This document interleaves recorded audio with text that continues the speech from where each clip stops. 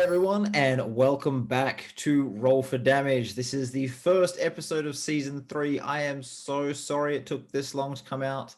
I have had a rough few weeks, but we're here now.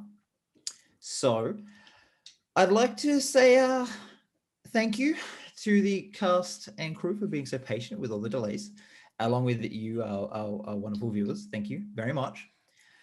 And also to our sponsor, Hero Forge, who is returning for the first part of this season. They are awesome. If you want to get your hands on some custom minis, you should go check them out. They have a really cool website, which lets you just, even if you're not going to actually print a mini, go have a look. You just spend hours lost in character creation over there. I know I have. He's not kidding. He's not kidding. And who else? We've got our lovely tech, Josh, behind the scenes, who runs our Humblewood game on Monday night. So you should definitely go check that one out. And Sirenscape as well for the music you'll all be hearing tonight. Right. Let's introduce you all to our players. So to start with, let's go with the one at the bottom, the lowest. Nia. I love you too, Nova. You're great. I'm glad we're friends. Hi, everybody. My name is Shelby, or Whistle. I'm from the channel Whistle While You Work. It's a channel where I tell stories from my D&D experience and draw whatever fun fantasy stuff comes to mind. I'm also a regular player over on Joe Cat's Belcanist Necro Hunt campaign, along with Arron here. And I'm returning as little Nia, who you might have saw. She's a little different now from last season, just a little bit, just Nia with a touch of angry. I'm really excited to get back to her, though. I've missed her. Do you mean a touch of edge? Angie, just a little Angie. She's fine. It's fine. All right. Then above lovely Shelby, we have a new player. Do you want to introduce yourself, Yarrow? Oh, yes. Hi. Hello. I am Yarrow, aka Arron, which is my real name. I am going to be playing Ignis Brimlight, which is a character that I created originally for one of Joe's games, which he allowed me to bring to this one. And as Shelby has said, I am a part of Belcanist Necro Hunt, where I play the gunslinging cowboy man. And I make a bunch of videos on the internet. And today, because I'm playing Ignis, I may be a healer, but you'll find out more as the campaign continues. Thank you, and props. I look forward. Alrighty. Next up, we have Time Boy and Spider King. How you doing, Sean? Hi, everybody. I'm doing great. Auric, not so great. But in the comforting hands of Sloan, he will get better. But yes, I am Sean. I play Auric Solaris, resident Bad Dad, Spider King, and Time Lord, as Nova said. I am Sean, and I am pretty much the resident Bad Dad at Roll for Damage, as I also play a Bad Dad over in the Humblewood campaign with Josh. But I can be found at Odo_Sean. I am also the DM for Paradise RPG's flagship show, Advantage in Paradise. And I do other things over at Paradise RPG. My nerd home, and Shannon will talk a little bit more about that, I'm sure, in her section. But I'm happy to be here. Very excited to get back into the mindset of a bad dad. Okay. Next along is the... I don't know, like always a rogue, right? Just always a rogue? Yeah. Okay. Yeah. How you doing? Yeah. No shame. No shame. It's in my name. Like, I gotta own up to it. It's my love. It's a rogue. So. Why don't you tell us about yourself? Yeah. Well, it says on there, and as I've just said, Rogue Uzu, also known as Kelsey. And I'm going to be playing the new character here, Saren Talonray, a swashbuckler rogue. Besides that, I am an artist on Twitter under just Rogue Uzu, where I draw my own characters, especially for my webcomic. And then I also do a bunch of art for D&D, especially with the games that I play or that I run, which actually, speaking of games I've run, I talk about that on my own YouTube YouTube channel where I tell the whole story of the first campaign that I ever ran called Atlantis. So you can check that out there. Thank you. And last but not least, we have Shannon. That's me. Hi, everybody. So excited for season 3. I've missed my sweet brick of a barbarian so much. Barbarian/fighter. I also really like to play rogues. But I love my barbarian. I like to smash. I like to do damage. It's great. But my nerd home is also Paradise RPG, along with Sean, and we have Advantage in Paradise on Monday nights. We have Relaxing in Paradise with Sean on Thursdays, where he does mini painting and cartography, games, talks about lore. It's a great way to end a Thursday. And then on Sundays, we have the Sean and Shannon Power Hour, where the two of us talk about the previous week's episode and recap, and Sean grades me on my recaps, and I did not do good last week, so I took very detailed notes this week, and I will be getting an A+, no matter what he says. You got a B+, that's good. That's not good enough! You're telling that to the teacher, Sean. I know. Shannon See, that's the doesn't difference. do B's And that exact at all. response is what she yells at her kids when they're not doing well. Yeah. The difference. I teach college and Shannon teaches elementary school, so that's the difference there. I'm like, B+ is really good. Good job. Bunch of terrifying kids. Yep. Yeah, you can find me on all social medias at sruby25. I'm mostly on Twitter. And I say I'm playing Sloan because I'm playing Sloan. Yeah, I missed her. Let's play. All right. I am Nova 1. I'm the DM here. I can't see that. It's too far away from me. Resident Shelby bully right here. Anyways, yeah, I'm the DM for the Scales Above, and the guy who runs Roll for Damage. Though I get a lot of help from Josh, who, as I said, DMs Monday, Humblewood, 8 p.m. Australian Western Standard Time, and from AJ, whose game just finished but was running on Thursday. She has her own YouTube channel now. If you could drop that link into the chat, Josh, that'd be great. And I can't read what that says. And he's muted. So You're muted. Don't worry about it. It's for me. Okay. And there was something else I was going to say, but that distracted me. So yeah, let's just get along with the recap. I've mentioned Science-Scape already. Don't worry. Sorry, I'm getting a message from the tech. So, Don't worry. all right. Don't worry about me. Don't worry about me. This is my first time playing on stream with Arron, and it's already very interesting. We need someone to do a recap, and I've decided to be the one that'll grade Shannon this time. Please don't make me do it. No, please, it's gonna be bad, and no, somebody else, please. That's Can I- okay. Please. Nova, be a she'll DM take the F. and do the recap I'll yourself. Let's say my you're God. the DM. Do it yourself. It's the I've season been doing premiere. it. Sean does his. I every can give the week. recap. Also, I have been I doing volunteer my volunteers to do. episode since episode 1 of D6 done, right? Look, I'm You getting- can do it. There's so much shit being thrown around right now. Okay, I will do a recap. Nova's camera is gone. On stream. Oh well. On the truly. I mean, A I damn guess shame. I got out of this problem. I see. I think he's just covering me up or something. Well, as long as everyone can hear me No, we can hear you. We just can't see your face. in the on stream hopefully. And he's right. Recap. So last season,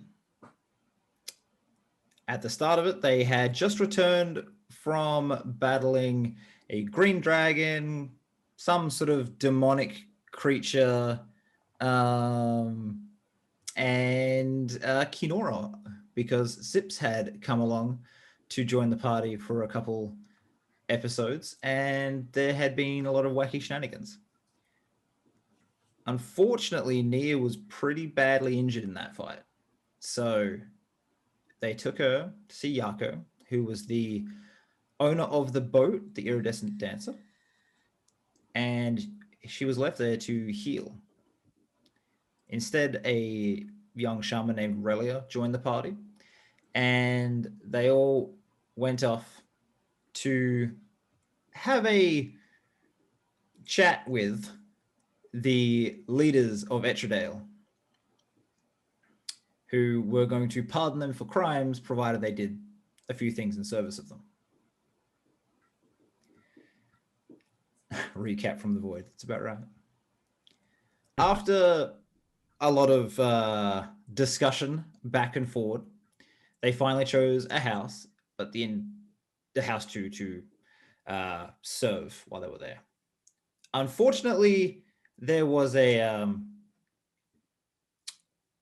lot of damage coming their way from a group of just insane people known as the Bastard Five. I believe Saros was the first to really be introduced to them. He was cut to pieces by Pain and then put back together by the rest of the party.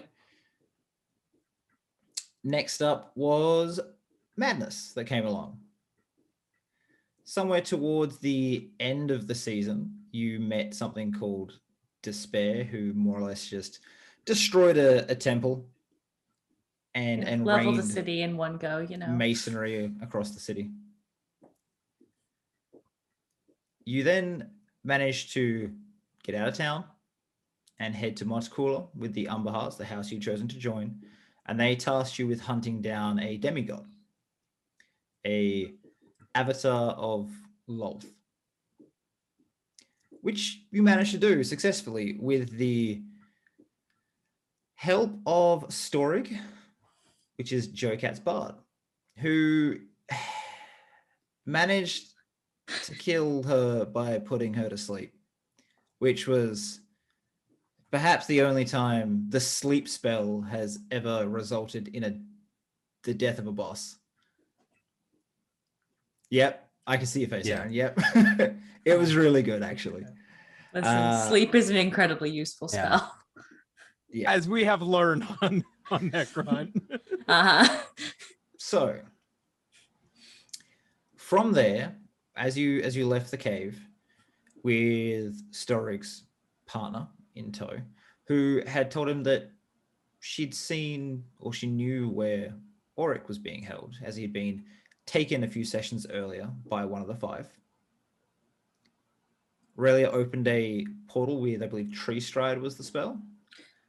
Transport via plant. There we go.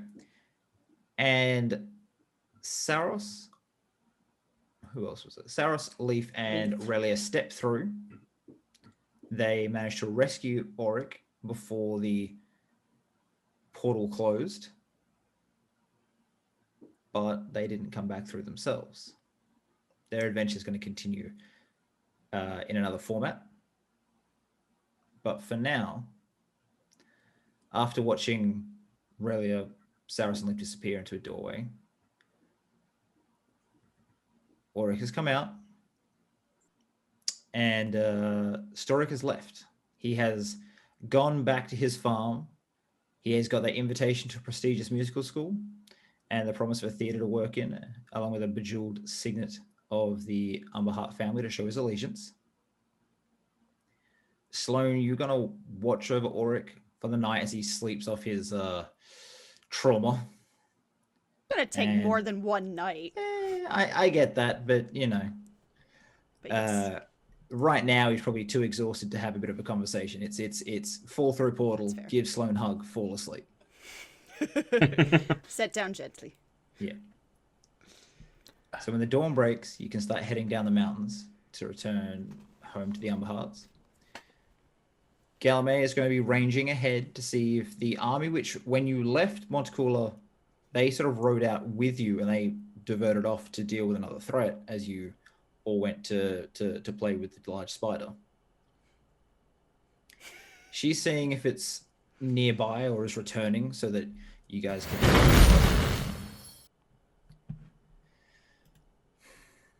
When you break the tree line... There we go, I'm back. When you break the tree line, your gaze falls upon sunlit green rolling fields, a glorious cloudless sky is a brilliant blue overhead. And you can see Galileo running out to a series of tents. They're quite far away, but above them flies the Umber Heart banner. The army appears to be maybe a day's walk. So if you don't rest for the day, you'll be able to intercept them and be returning home safely. Auric, you finally feel like you have the ability to talk again. You spent a lot of your time bound and collared in irons. So you had quite a lot of bruising and swelling. Your hands are sore, obviously from being chafed up against the... my brain can't think of the word. Manacles. Manacles, yeah. Yeah. Thank you. Thanks, me.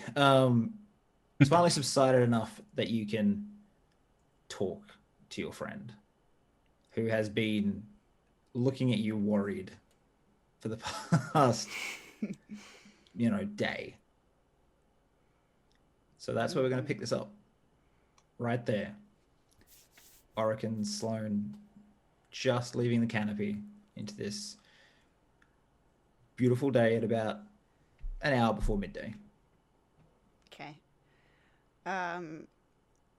So I will be just like constantly, just like every 2 seconds, just making sure you're still sitting up.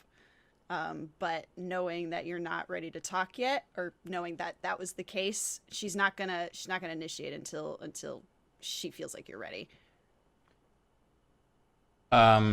Sorry, are we on a cart, or are we on horseback, or just walking? You were walking at this point.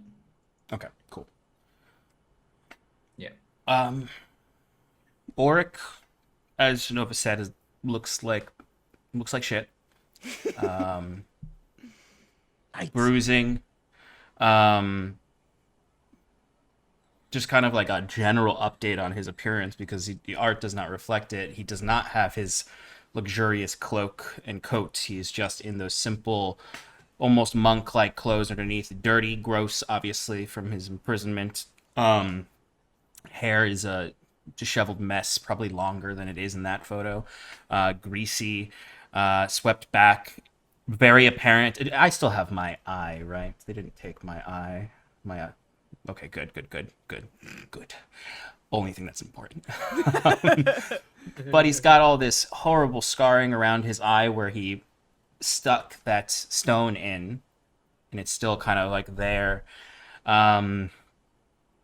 He is, I don't remember which arm it was, but whichever arm that he has no hand on anymore. It's the right hand, I think. Right. I think you're right. You're right. It is the right. He keeps still have with the violin case. Yeah, he'll yeah. He keeps that arm kind of like tucked against himself right now. Probably a little bit because I'm sure since the manacles wouldn't stay on, they just probably like tied him up. So his arm was probably constantly stuck against his chest. And with no hand, he just kind of keeps it there, even as he stumbles and walks along. I imagine this is the first day he can actually walk. But he would be pretty quiet for the first leg of the journey. But eventually he would sort of hoarsely coming out. He would cough a little.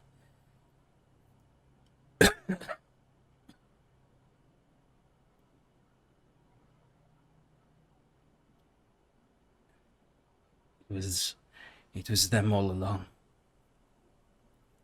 It was who? What do you mean? The cult. The dragon cult? Yes. Okay. It was always them. The five. Five are just doing their work. So they did this to you?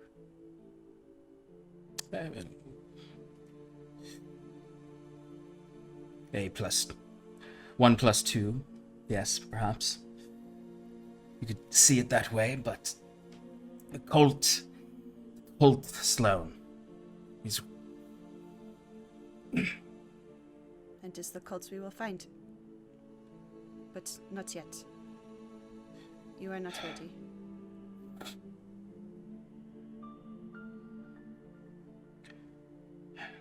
Can't stay in this country. Well, then where do we go? I will go with you. Just tell me where. West. You see Sloan trying to figure out which way is west. She can't figure it out. Okay, what is west? Is that where the cult is? I think so. I think so. And that is where we will go. We need a way to be free of these people. We could just leave. They cannot make us stay. Well, they can try.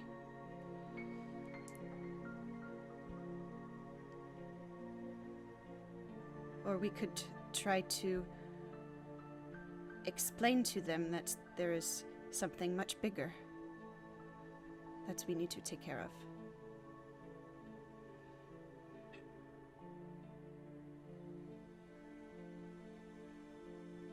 Yes. But not yet. We You need to get talk to... better.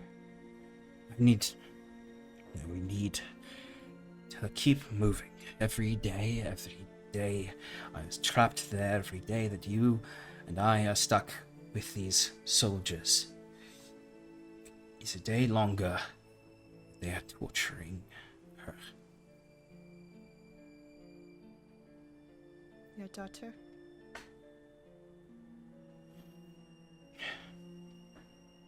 If anything I've learned in the last month, it is that I can die.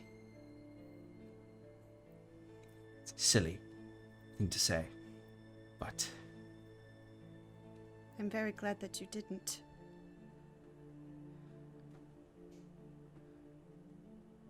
It was lonely without you.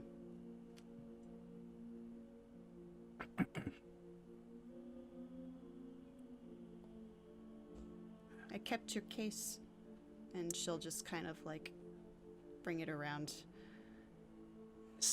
is that It's your what case. is Your fire smelled case. like rotting flesh this whole time? Yes, because your hand is still in it. My, I didn't want to get rid of it. What else was I supposed to do with it? I couldn't throw it away. is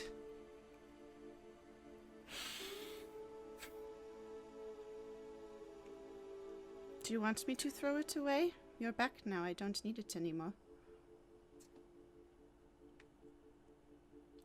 yes, I think that would be best, Sloan. It's fine. It's okay.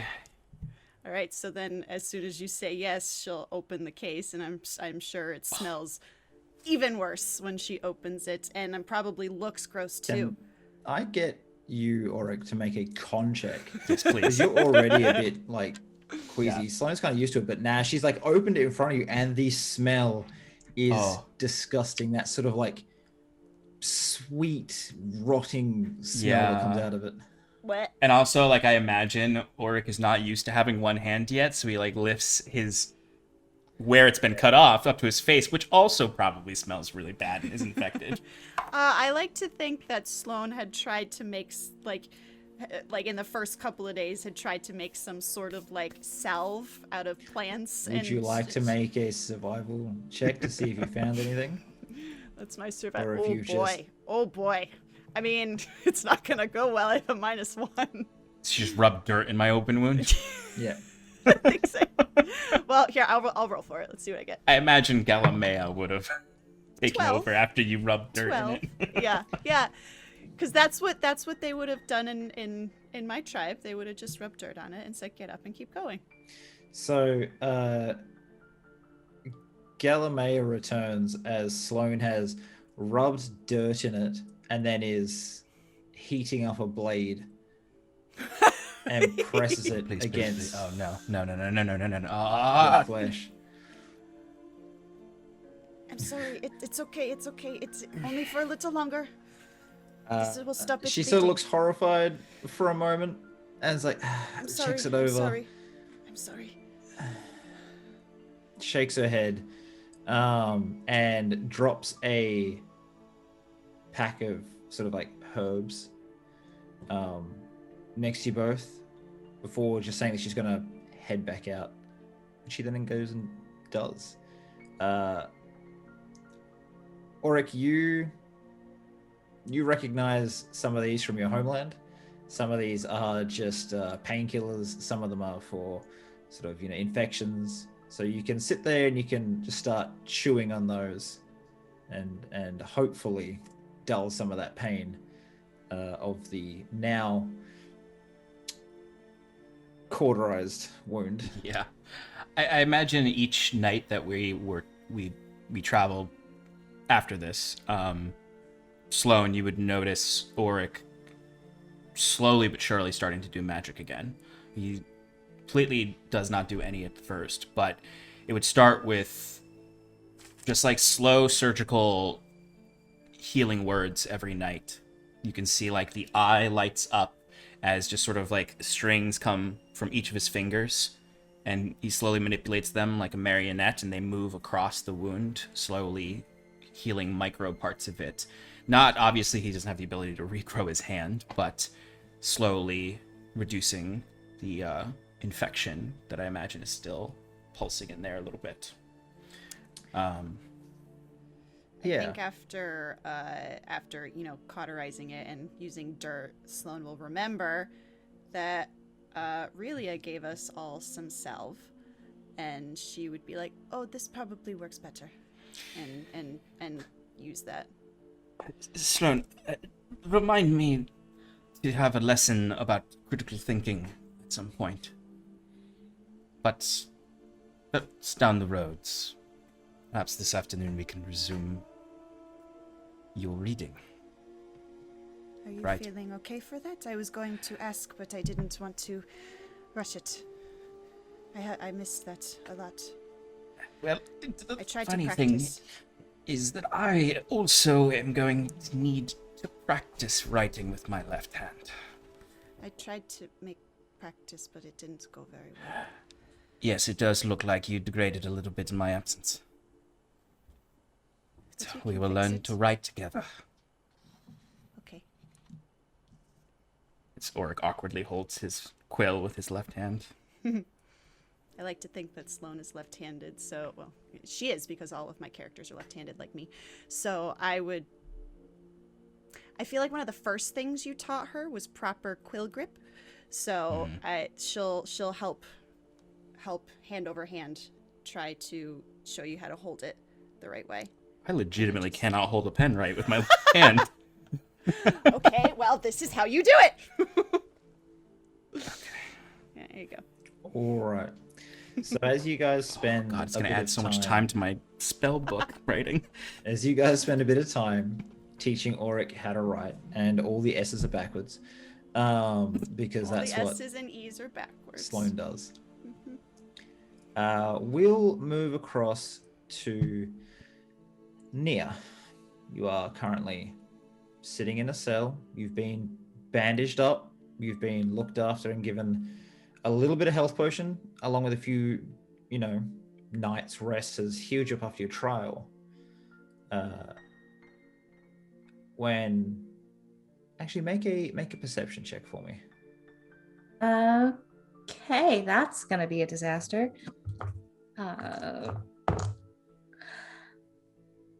Okay, that's a nat 20, but I have a -2 to my perception.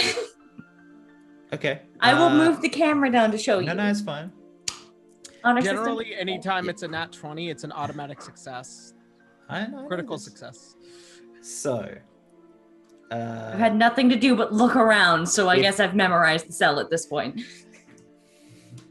In the distance, the like just edge of your hearing, you hear screaming. The guards haven't seemed to notice it yet. Are there any guards near me?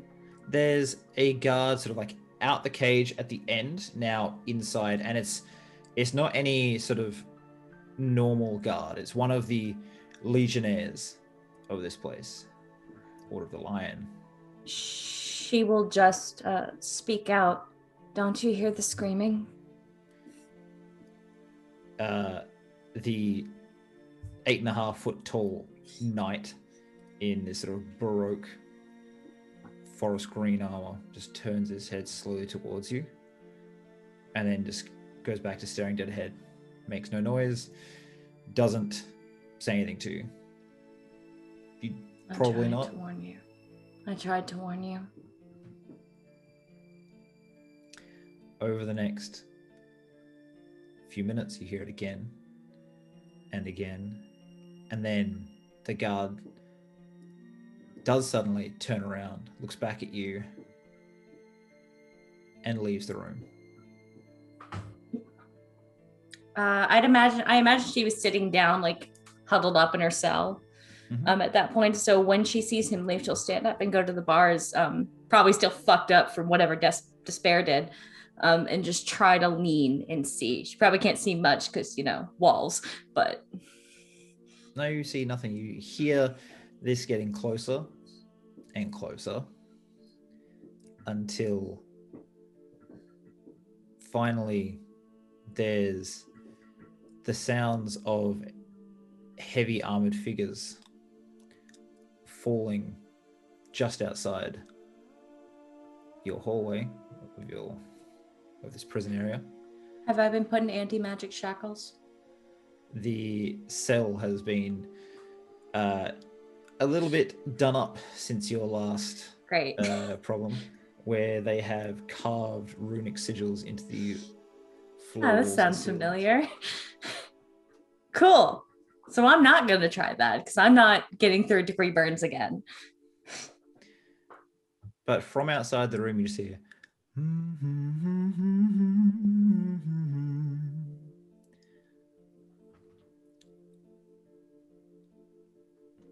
All right. So from there, we'll wait. Hold on a minute. come across to the. Hold on a second. What? Okay.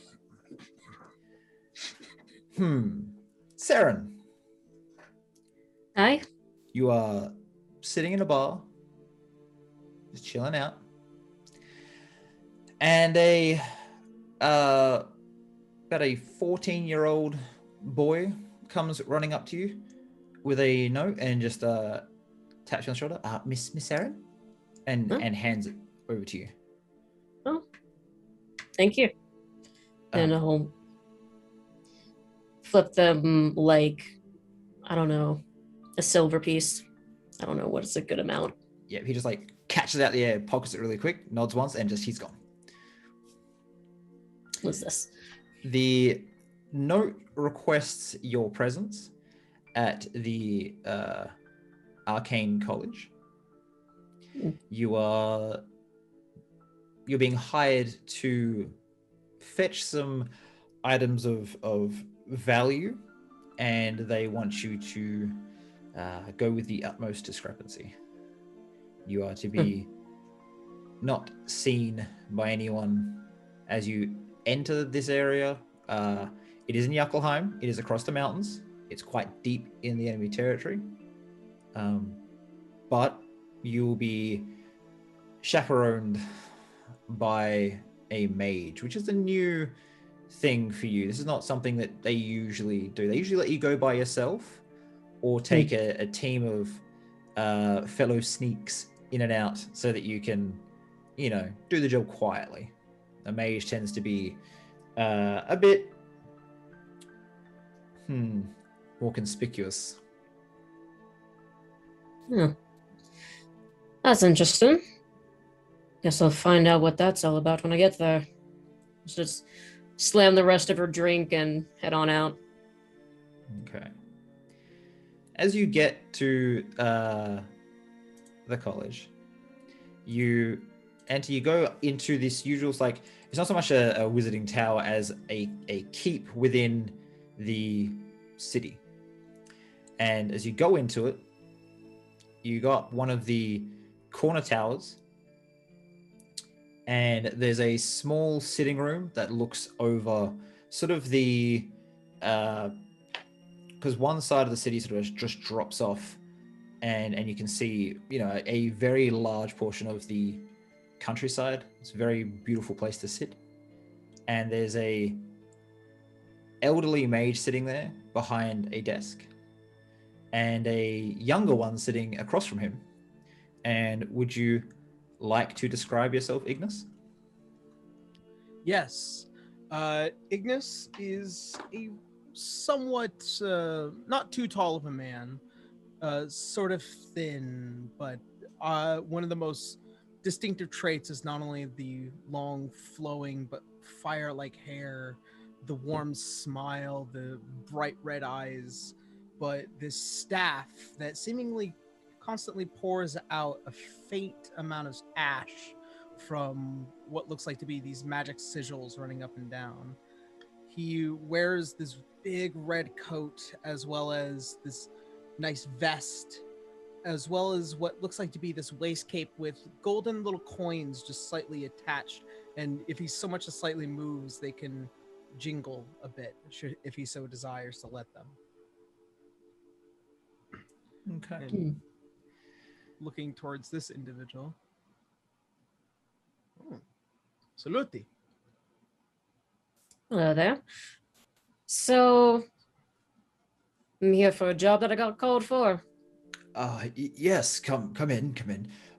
And he puts a box up. It's like, I have provided all the materials you'll need. The job's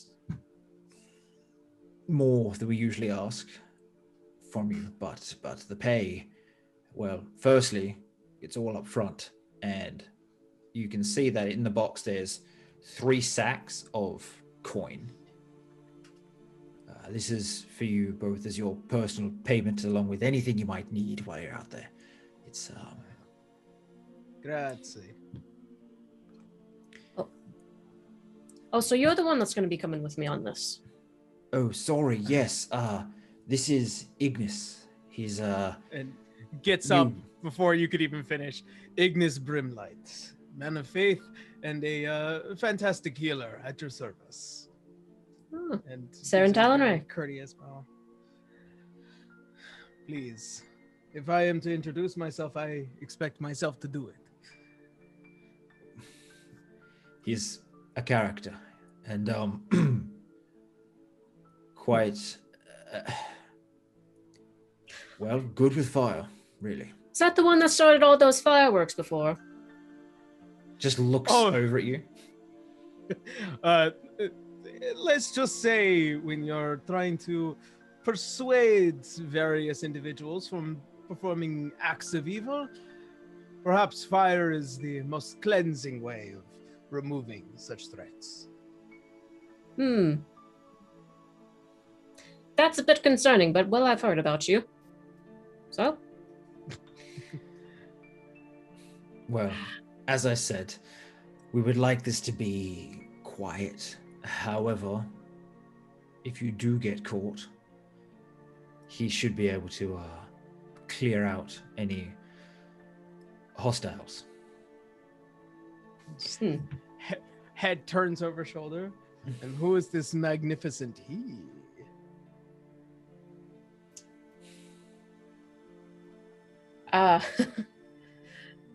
Me. Just the guy's just shaking his head. Just I merely kid. Oh, this is going to be interesting. Oh, that's a bit fun. I like that.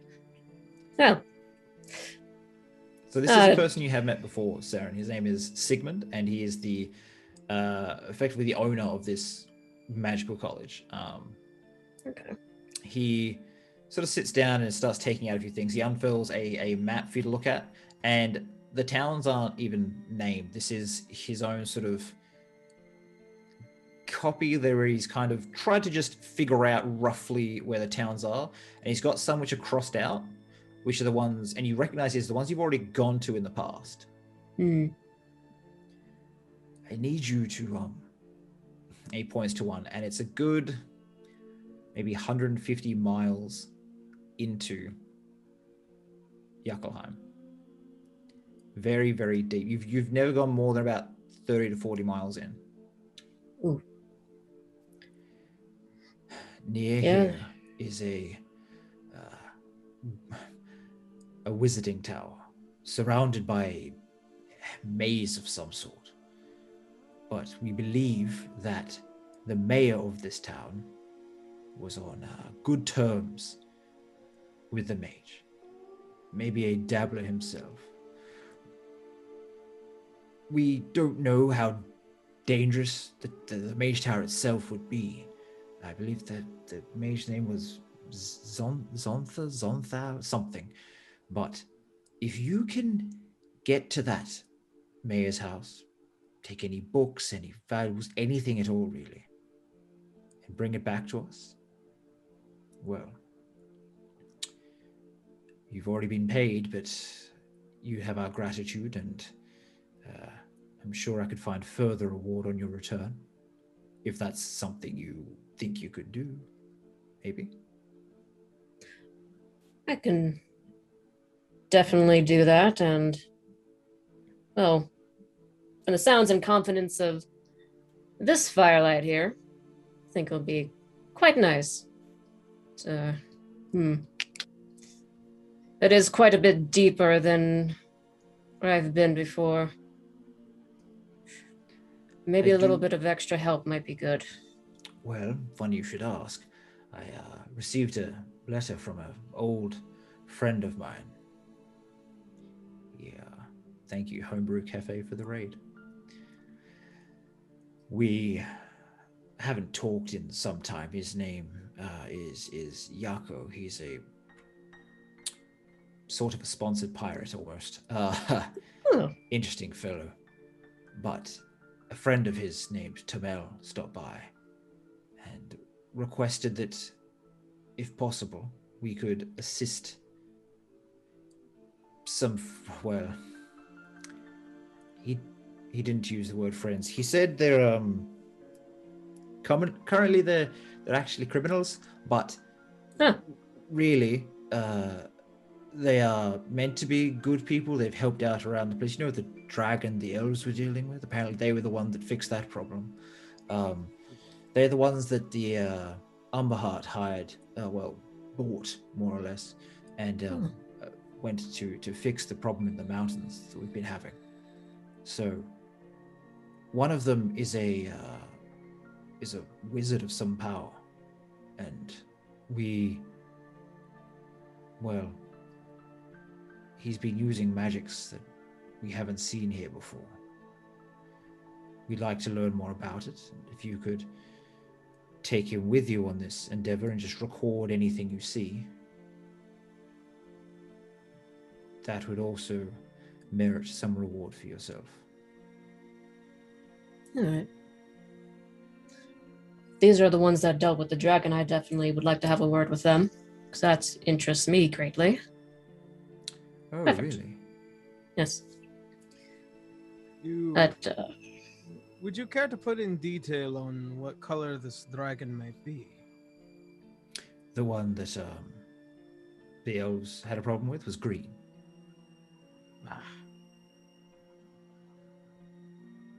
Not your color. Not the one I am looking for, no.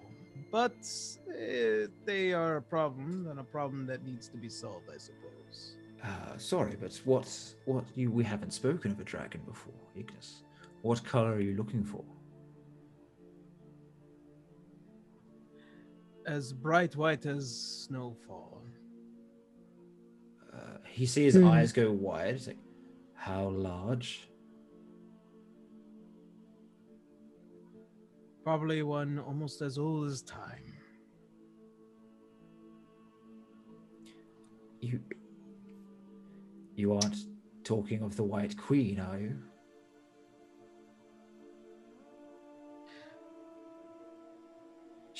Sorry. I would not know. She- Titles mean nothing.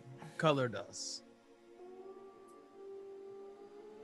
The White Queen was awoken some time ago. She's one of the...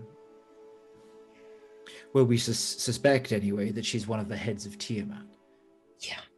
The Right, dragon that god just makes broken it in worse. 5. She's bigger than gargantuan. She toppled a mountain range centuries ago. Is this the one you refer to, or one of her brood, something a bit smaller? It's hard to remember the memory, but all I remember in that time was a young man. A beast of white that roared into the night and froze and stabbed all of those who I cared about just for a moment, but I saw it. Well, maybe we'll have to find a way to recover your memories more clearly and find whatever it was that caused you such pain. Well, you know, when you think about it, suppressed memories are kind of what happens when you go from kid to adult. And Well, do you know if around that time that dragon was there, any strange people came to your home? Cultists?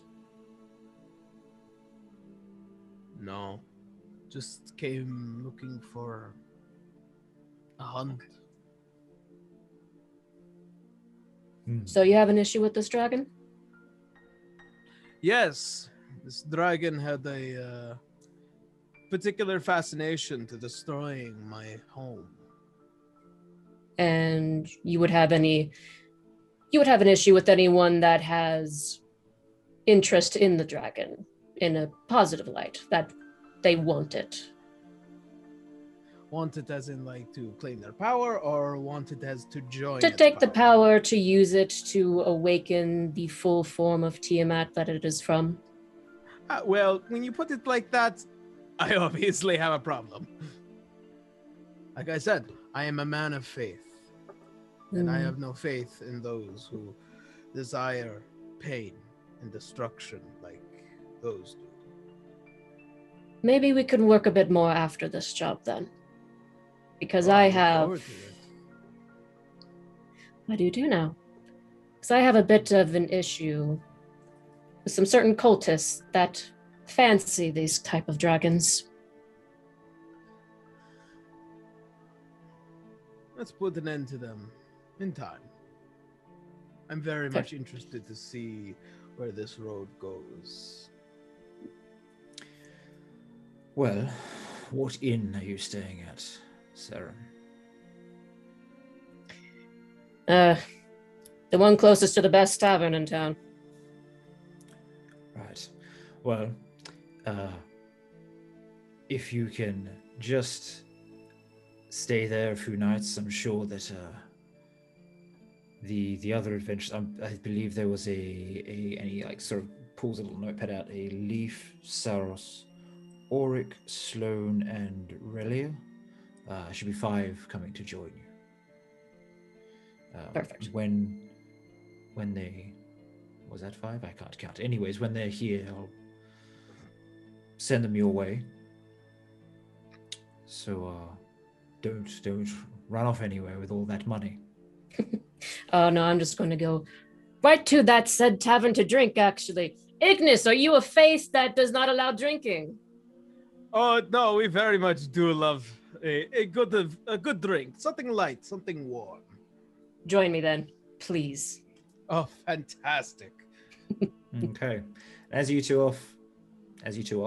go off to have a drink and chill out a bit, we'll head back to Sloane and Auric, who are finishing up their writing lesson. Been going for a little bit, and you're not really getting too much better there, Auric. It's not just a lifetime, like it's several human lifetimes that you're trying to untrain, and it's just not working. Yeah. Yeah, you thought Auric was a tough teacher. He is a abysmal student. Well, then Sloane is going to be the ever encouraging one. It's okay. It's just going to take time. We will practice. We'll practice every day. I know what an S is, and that's not an S. What do you mean? It looks exactly like my S's.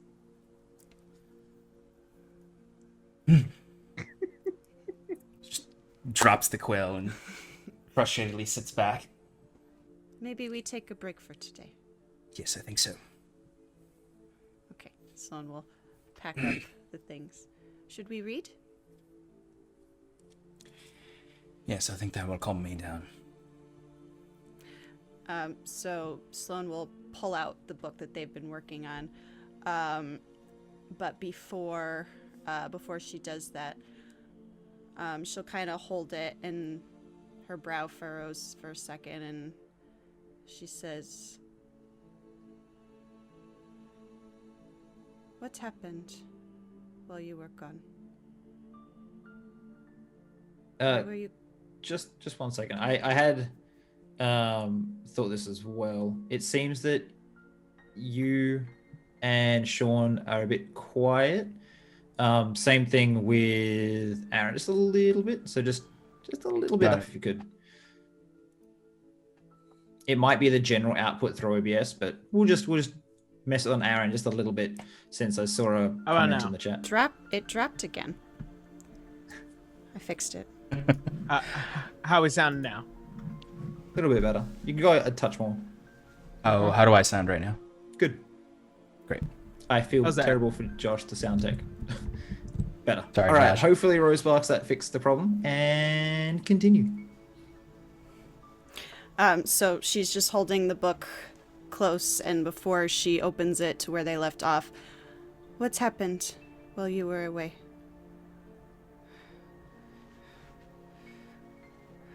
If you don't want to talk about it, that's okay.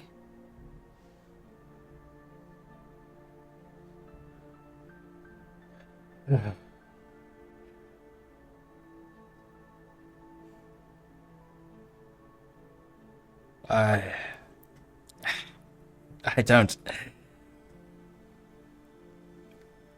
I learned a lot, is what I will say, Sloane. Well, that's And good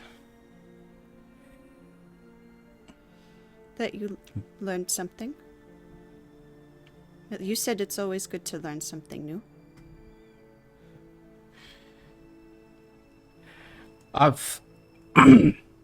Sloane, I have lived a long, long time. I have forgotten my childhood. I barely remember my family. I only have a daughter left. And I'm fine with forgetting those things. It's natural. Star elves forget their parents over time. They don't even know if they're alive. But my daughter is what matters now. And for the first time in many lifetimes, I feel as if I have no time. That is what I learned.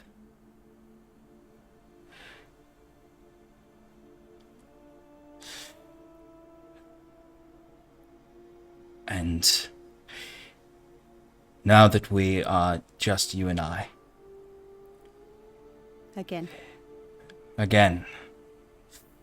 I miss the zealot. I miss the cat. Did you miss me? Of course.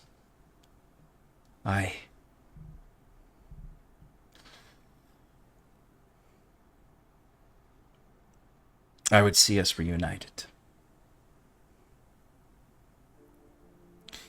Wherever they are.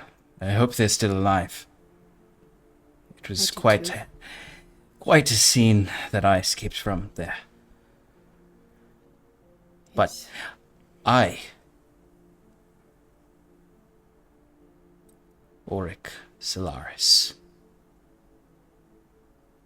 I will never leave you alone again. And you'll always be right behind me, right? Because you weren't. That's one time. And I will never forget that. Always. Now I'm going to need you to write a few things down for me now. If you could quickly, please, grab a quill and open this book for me. Got my quill. All right. And, Okay. So, Auric, just a question. Are you going to get her to write any of your spells in your spell book?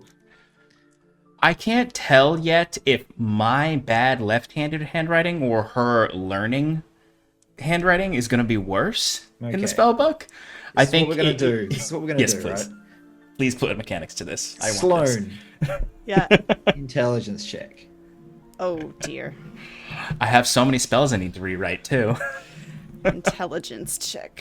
Well, you're about to set off a fucking nuke. Good job. I know, right? Fortune's favor turns into. 6. Okay. I thought it was a 1, but it was a 7. Auric. Dexterity check at disadvantage. Hell yeah.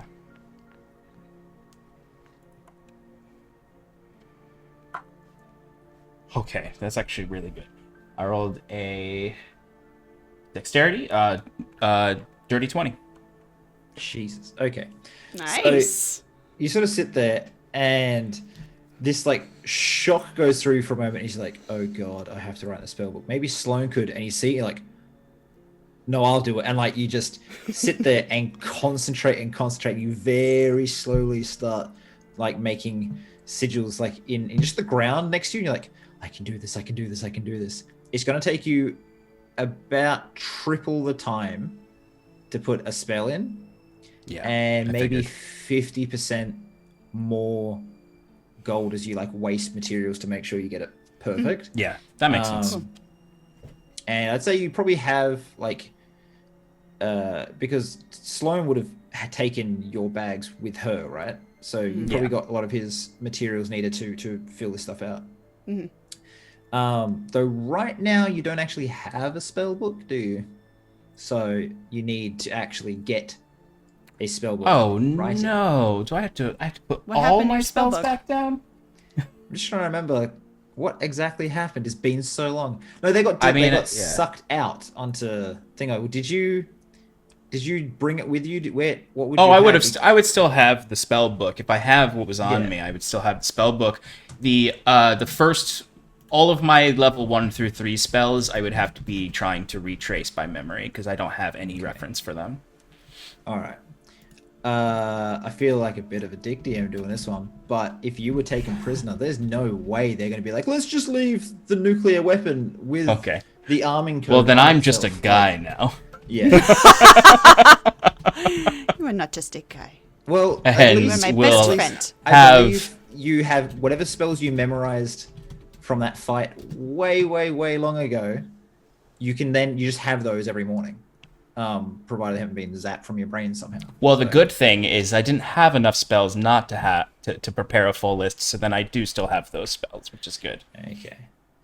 So Otherwise, this would be pretty rough. I'd Yeah. have pretty much be useless. okay. Do you Well- want me to write it? I No. can see It's okay. It's I can do it. I am going to I have can to do invest it. in a mage hand. You can write along with me, but not in this book. Not in this fresh, new spell book. Sloan, I want you to make an intelligence check based on the fact that you are like, I can do it, I can help, I can and do also it, I that you're can probably help. very sad that he's not letting you help. So let's just see if you decide to help of your own accord. Okay. You said intelligence? Mhm. 7. Okay.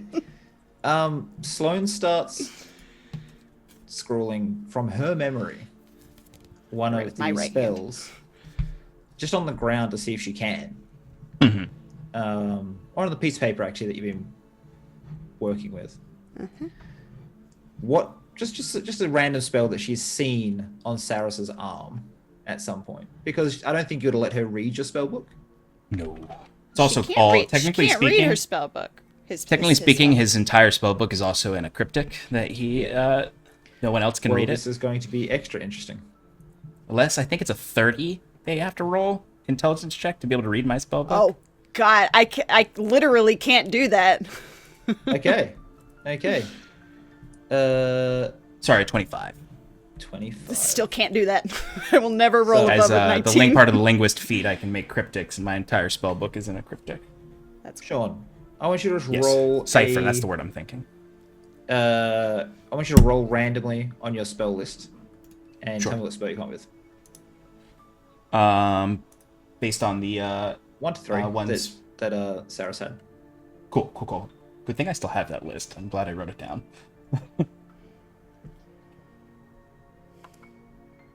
Let's see. Featherfall. Featherfall. Okay. You start writing on this piece of paper.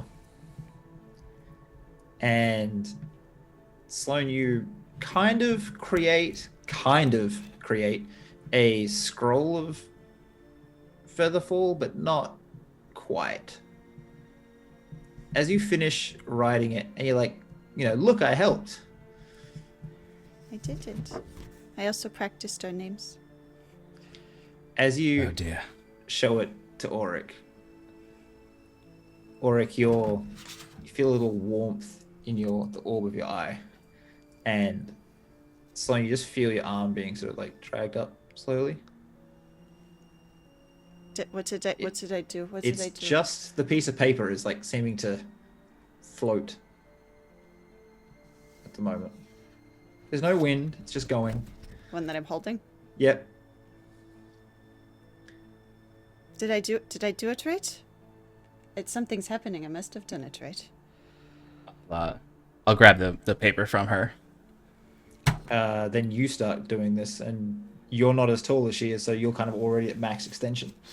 I'll take it and then watch it go up again. She's amazed that something she wrote. There's something magical happening. This has never ever happened before. So she's simultaneously proud and terrified. Thank my dice for this. Do you let go of it? No, Okay. You're about a foot in the Balloon. air. It's Do like you a let go of it? balloon. it's a balloon. Wait, did you say this is physically pulling Sloane up into the she's air? a foot in the air now. Sloane, Do you let go Sloane, of it? Oh, it's stronger Oh, than me. spooky. Why is it stronger than me? You're 5 feet in the air. Do you let go of it? Okay, I dropped Sloane, it. let go Yep. of it. Let go of it, Sloane. I let go. So yeah, Sloane just falls to the ground, and this piece of paper is just staying like as she let go of it and just floating slowly up and away. Oh no. I worked really hard on that. What have I done?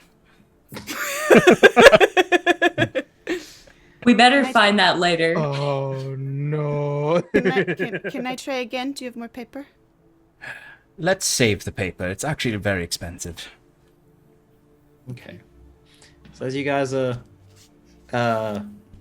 making your way towards this army, you've got maybe an hour left. Is there anything else you want to talk about? Discuss those deep, dark secrets? I don't have any deep dark secrets. She says to no one in particular.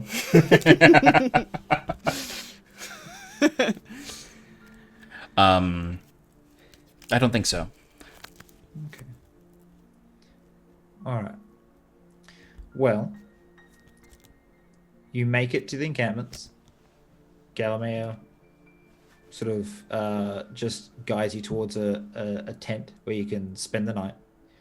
The army was taking 1 day's rest before moving out again. They have a horse and cart. You should be back in the city in a couple of weeks at most. Depends on if they decide to go slow or fast or whatever. Nia. Yeah, what's up? The door at the end of the hall breaks open, and the same large legionnaire is backing away. His armor has been rent apart in two places, and he's leaking blood. He's holding a sword out, two-handed, point towards the door as he's backing away. As he comes alongside your cell, that same humming just... and there's the sound of metal on metal, and the night comes apart in three separate pieces. Did I see how this happened, or was it just clanking and this guy fell apart? Yeah, pretty much. Nia backs up towards the back of her cell because she can't see. Okay. There's the sound of, you know, when you're out somewhere and you can just hear someone's nice shoes like walking on wood or stone or whatever. It's that sort of like echoing that footfalls of nice boots. If she's coming hearing down the footsteps hallway. approach, she's going to make herself as tiny as she can in a corner, like hide behind, I guess, the cot in the cell, or like put herself behind something because she doesn't know what this is. Okay. Well-dressed man, sharp styled facial hair, pulls his hair back behind his head and just sort of wipes some blood off his face. Hello, Nia. Are you doing well? Sam As soon as she is sees who here. it is, she'll start approaching the... Is that you? I couldn't let you be locked away. It's not fair. You're family. And he takes just a very small, like, scalpel out, puts his thumb against the back of it, not the blade, not the sharp part, and just puts it against the cell and just starts cutting it. That's cool. I'm going to hug him when I get out because, yeah. So he cuts through 1 bar, 2 bars. Eventually, you're out and free. I give him a hug. Thank you. I think it's time you got out of here. I also know that I have a small request for you. And he starts like walking out towards the entrance of this. She'll walk out with him, keeping pace, very close behind. There are bodies everywhere. Did you have to kill all these people? Well, they weren't about to let you out. I asked politely several times. So I told you you'd be safe with me, and apparently these people tried to make a liar out of me. So, yes. Okay. You know that apparently one of the family members of this house managed to fight off one of my brothers. Were you there to see it? You mean when pain came? Yeah. I was trying to beat him to Hexen. Hexen broke in here. Ah, yes. He was I wasn't aware of this when I approached you, but Hexen became Madness's candidate. I will do my best to keep that from happening. Don't worry. Madness is, well, you've seen him, all but invincible. There's no way Hexen could become part of this family. And as He doesn't deserve to be part of family. He threw away family. he puts an arm around you and like sort of pulls you closer, you guys step over a body and you see the lord of the house, Oh, cut from top of the ear straight down to hip, and he's in two separate pieces on the floor.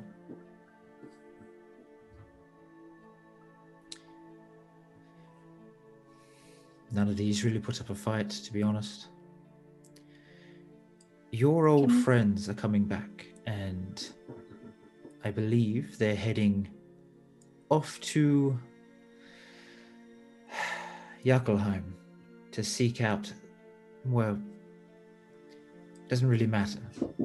The important thing is we need to make sure that the cult doesn't get its goals achieved. did they do something? Apparently there's a dragon out there. It is one of the heads, but very weak. We've been doing research, and thank you, Robert Hartley, GM, as that's a big old raid. Whoa, hello. How are you? Welcome, welcome. All right, back on track. Okay.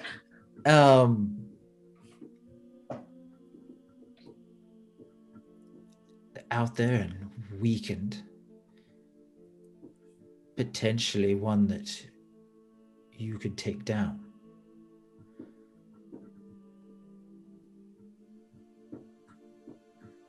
Why do we need the dragon taken down?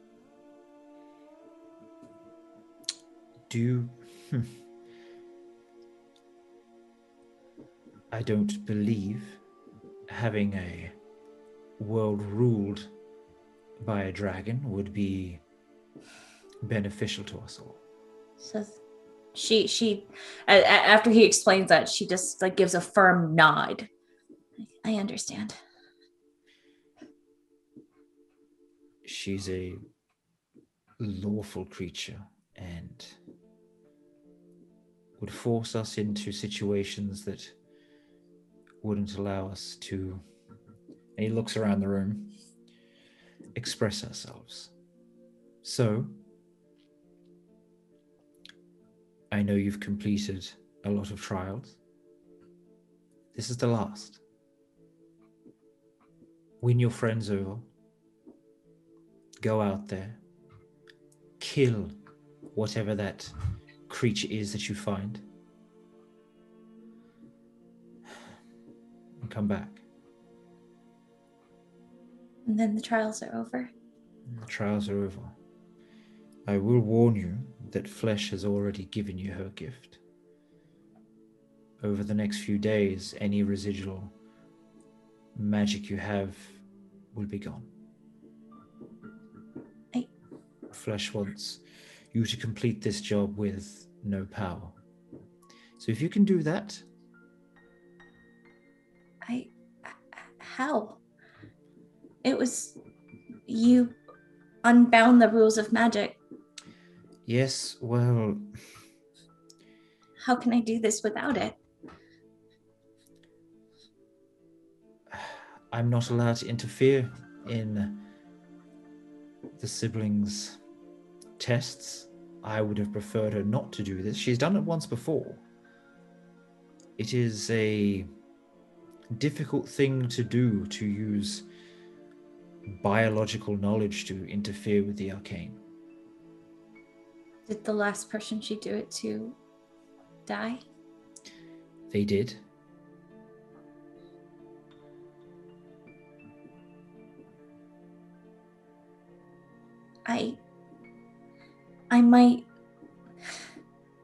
I might be able to do something. Okay. You let no one know I broke you out? You didn't see No me? one. Mm-mm. And if you... And he pulls out a small coin, and there's a hole in the center. Just a very, very small hole. Just tilts her head at it. If you are in too much trouble, if you need an out, if they make you, put a drop of your blood in the center of this, and I will come as fast as I can.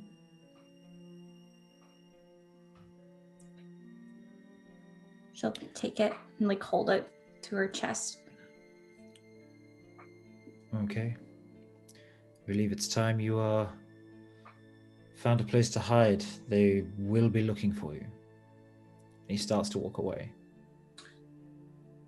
Okay. Oh, that's right. I have a lead on getting Arron back. I'll see you when you What? return.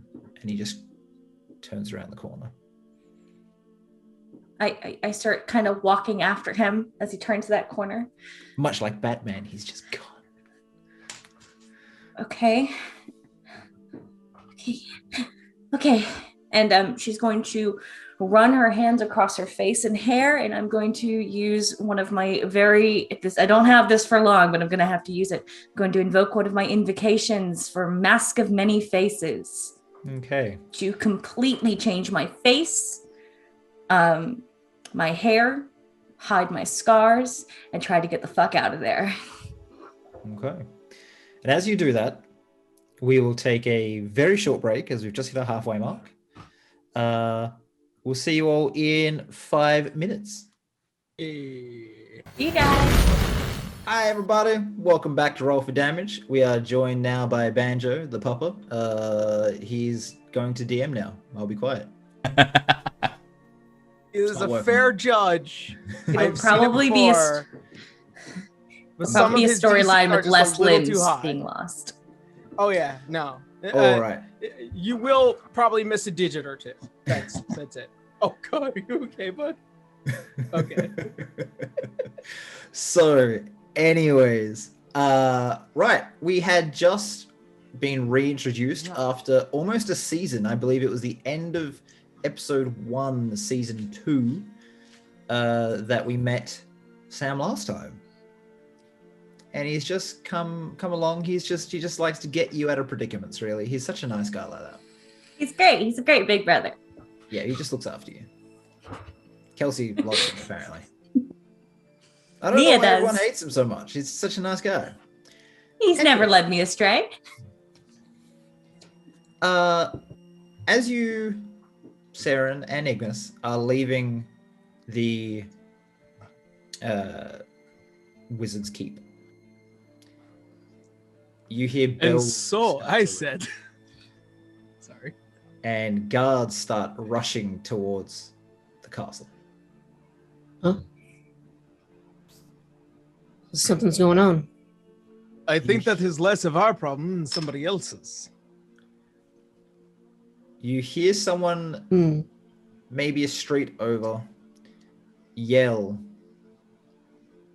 "The Lord Umberheart is dead." That kind of sounds like a solution that we can contribute to. Fuck. Yeah, let's go now. Yep. God damn it, I needed that bastard. As you all start running, as you two start running towards the castle, you see that it is now being ringed with guards as people trying to look in and have a look. And people are carrying bodies out and laying them, putting sheets over them. There's about 40 so far. How long have they been dead? Very, very, very recently. The sheets are staining red almost immediately. Like, are we saying within 5 minutes or within a minute or tell you what, within an hour? It would have been a little bit of time. Would have been maybe half an hour. Okay. Can I see which one looks like super important? It's the guy that's just been like bisected. He's separate from the rest. Do you want to wake him up? Just. Oh, I'm not waking him up. 7th level spell. I am going to just get down on one knee and glide my hand over before pulling the staff and kind of just waving some of the dust over, and I cast Resurrection. Okay. Do you have the components for that? I'm a sorcerer. I don't need components. Well, fuck. Okay. You still need components as a sorcerer. No, Pretty you sure do you not. Yeah, You need do. a spell focus. Yeah. Sorcerers, Unless But no, magic for- are innate. No. For components that cost money, you need. Yeah. If it's still got, You it's need still to got- have them Yeah. Yeah, gonna say, spell focus Oh. only works for the like random For, for like the things that they mundane have. stuff, Yeah. like the feathers and pretty dirt. And like sure you fireflies need, and like, stuff. You know, a diamond. worth at It's least 1,000 gold 1,000 diamonds, gold what you would need. pieces. Look, you're level 15. And I'm gonna say that I probably have a pocket few of them. Does this nobleman have one on him? Can I search it? Yeah, You does just he have randomly one? have guys a few realize that you thousands. just run past the cordon of guards if you're doing this, and they'd be like, "No, stop!" I will look at them all and just say, he's a holy man. He can heal. He can do miracles. I just wiggle my hands. But they are dead. You cannot bring back the dead. Emphasis on the holy man and miracles. What more harm can he do to one that's already dead? It is against our rules and traditions. Oh, well, if it is a cultural thing, then I will not do it. To respect the dead, of course. But if you one of meet them, somebody like, they start arguing important- back and forth very, very quietly to each other. And one of the other guards grabs him by the breastplate, like, "Let him try if he wants. We cannot let. He would not want this." And they're back and forthing for a little bit.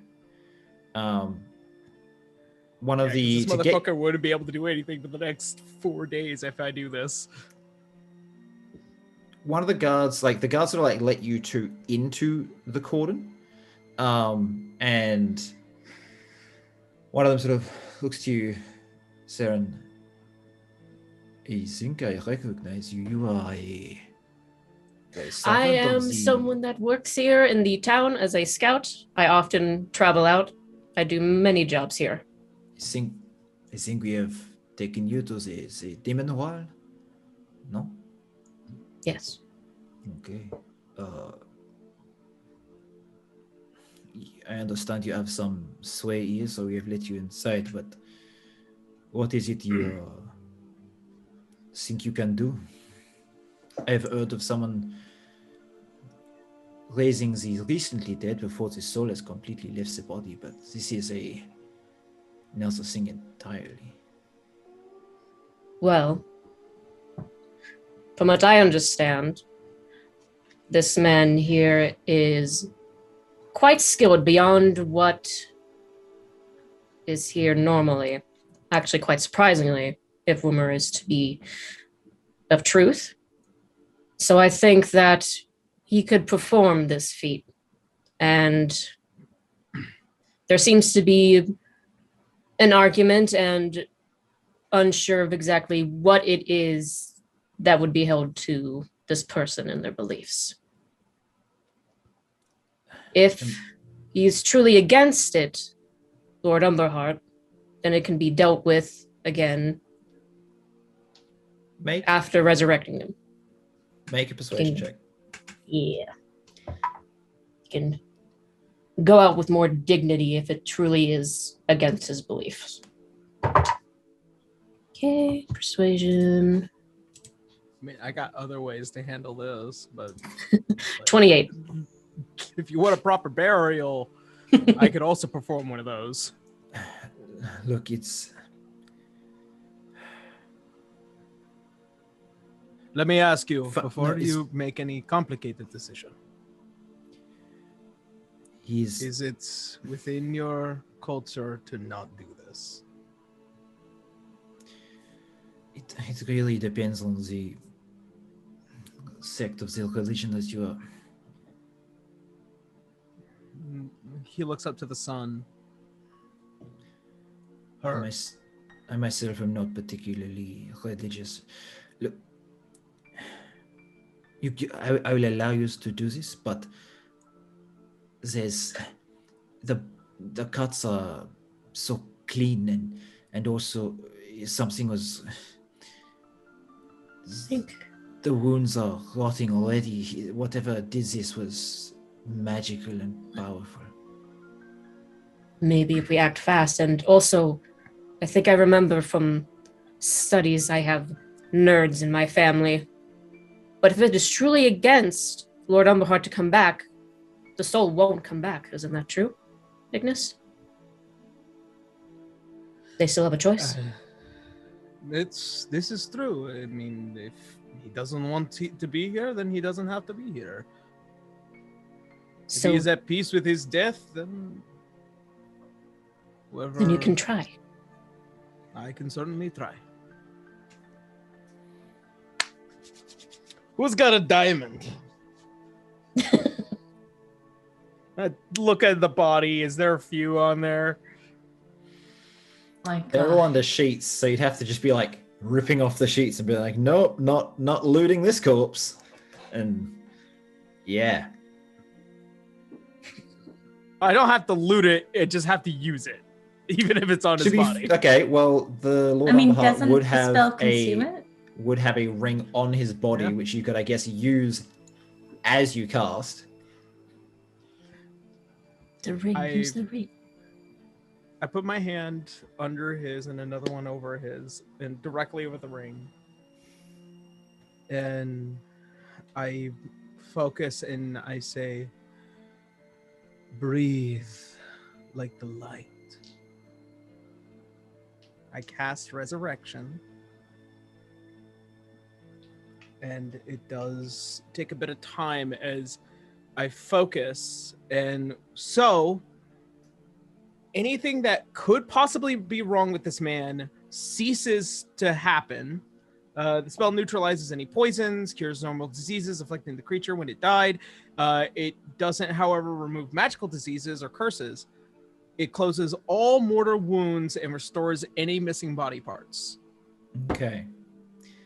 So pretty much you guys will see Can I two get you to make halves an of this Arcana body. check? Why? While But he's you're doing this, can I scout out Welcome. the area?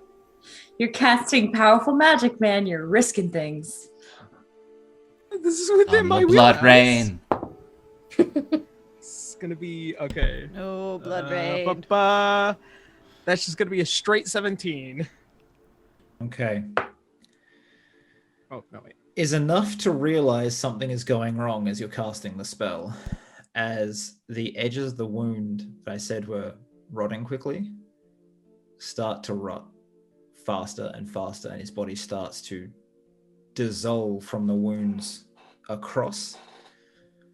As you're trying to cast this spell, and his body is just almost disintegrating under your hands. Not like a disintegrate spell, more like a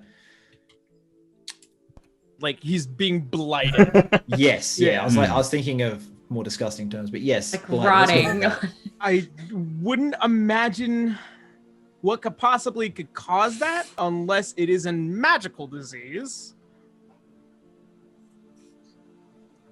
that. Definitely something magical, which is why the Arcana check, which you've recognized right now.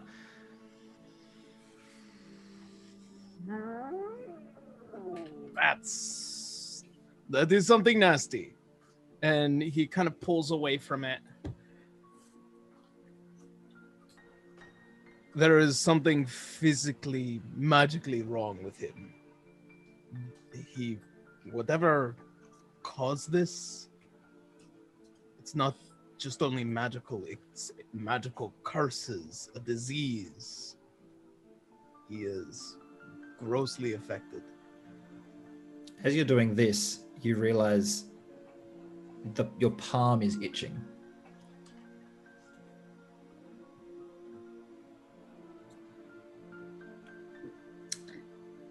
Okay. Do you look at it? Do you scratch it? What are you doing? Yeah, I look at it. Good. I just didn't know if you're going to finish your spiel or be like halfway through and just be like, so, as you look at it, you see this small black purple sort of blight on your palm. Greater restoration. Fuck no. Okay. Blah. Away with it. You have the diamond dust for that? That also requires time. Well, you have a diamond now that you As didn't. I'm aware, sorcerers don't use components. No, They no, do, no, they no. do. Isn't Cost me. components. As far as I Arron. do. Yeah, they use cost Gold components. cost ones. Gold costs, you always have to pay them. It does Yeah, not matter all what kind class of has to do caster the you gold are. cost ones. Whatever. You need I know 100 it well. gold of diamond Okay. dust to cast Okay. Greater Restoration. So as you do this, you notice it. Ugh. Do you say anything to everyone, or do you just like close your hand and hide it? No, I'm gonna. What stones do I have? Because you were implying that I have them. Well, you had the you used the ring, right? You have heaps of money. You could go buy something. You did just get paid for a job. Like, you can still buy the components. You just need to go get Yeah, them. and you only need the costed one. So it's usually things like diamond dust, diamonds, and pearls. Usually gem related. Yeah. Okay, well, for the sake of the argument, I imagine for any of my spells, I would have these components just in case. Okay. But yeah, diamond dust, greater restoration, whatever the fuck that is, get it off. As you start doing it, it's almost like a living thing, like a tumor in your palm sort of pushes out of the skin and then flops to the floor and like bubbles and sort of wisps away.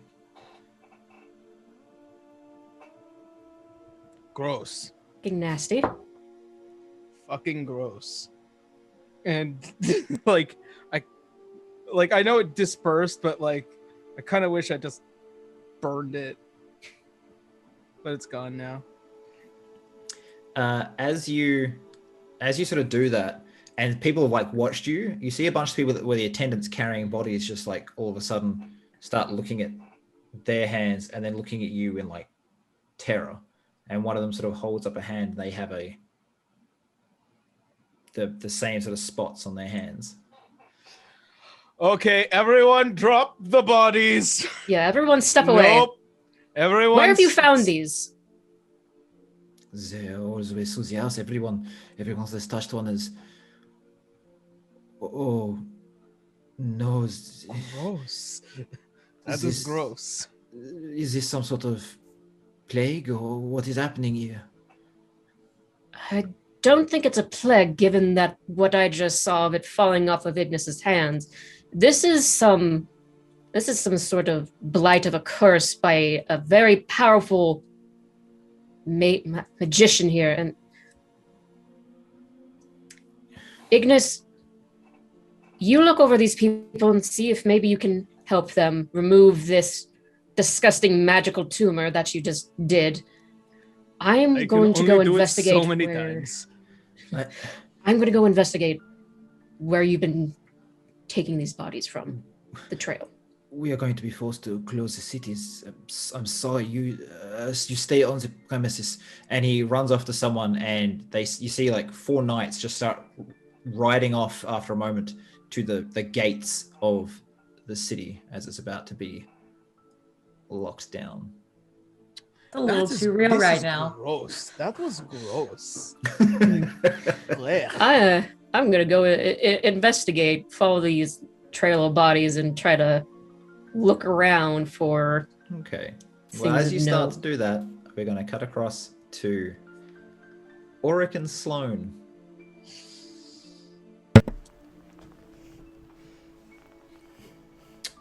What have you guys been doing at the encampment? I imagine you would have slept the night, you get up in the morning, and you pack up your stuff.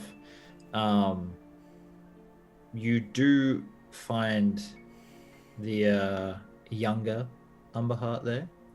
He is currently busy. He is leading this army, so he's running around doing orders. He'll see you every now and again, but he's really a little bit too busy to talk. He sort of has a sad look on his face when he first looks at you, realizing there's only 2 of you and not 5. but he sort of just, you can see that he is bandaged up across one shoulder and arm, and a lot of people here are wounded. They definitely got into some sort of fight.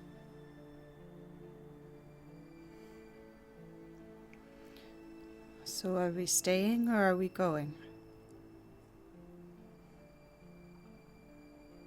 I think we need to stay, at least to get to the city.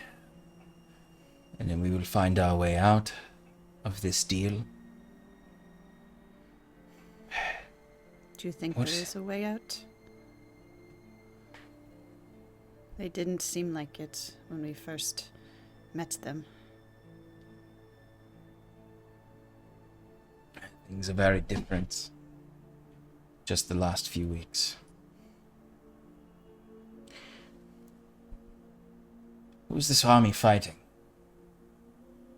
Why are they all so injured?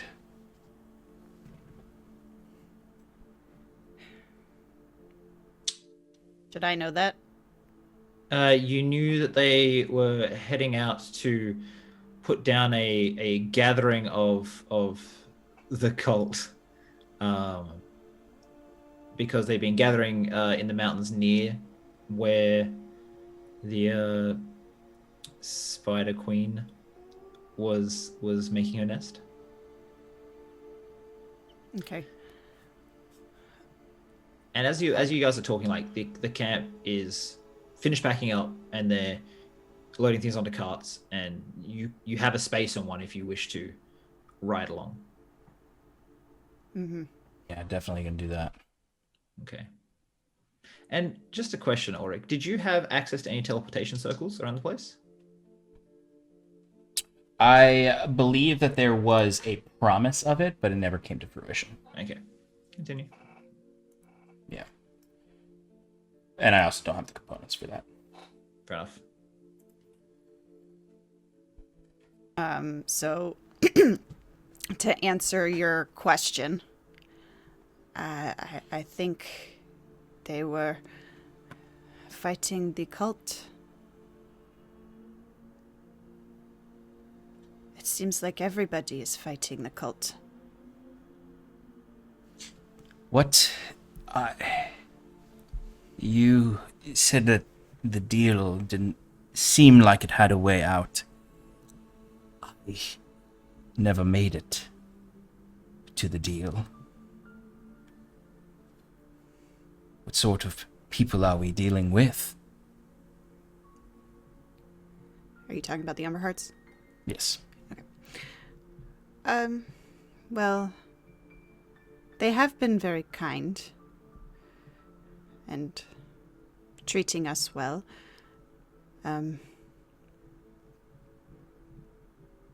It hasn't been terrible.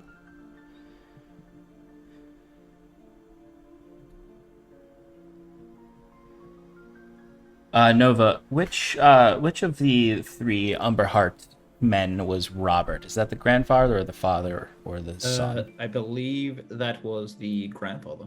Cool. That's what I thought. I just wanted to double check. Okay.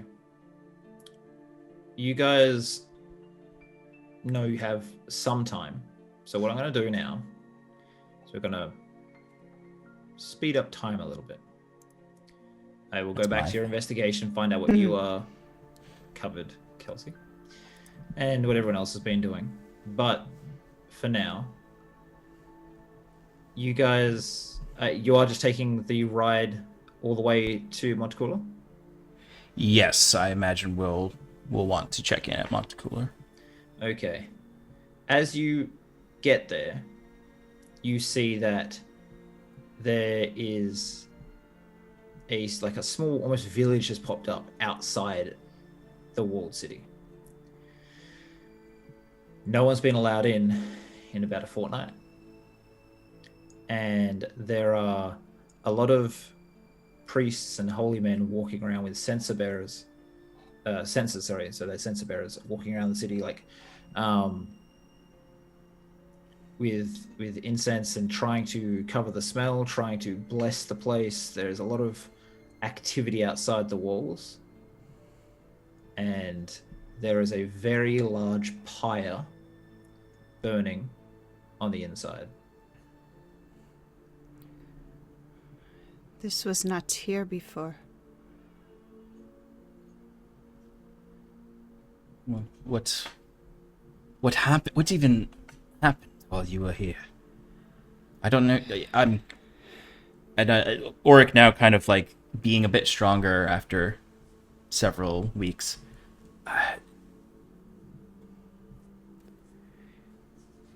What could have happened? I don't know. I guess the only thing terrible enough to do this would either be the cult or it would be one of the 5. Question for Shannon. Would Sloane have told Auric at some point in the last 4 weeks, three or 4 weeks, that you saw Nia again? Yeah, I'm sure I would. Yeah. Okay. Just making sure, because Auric didn't witness anything that happened in the last few sessions of last season. Let's just assume that Sloane gave you the very basic summary of everything, but you got everything that happened. Okay. This bastard 5 took my hand and my goo. Well, that goo was bad news. I'm glad they took your goo. It wasn't good goo.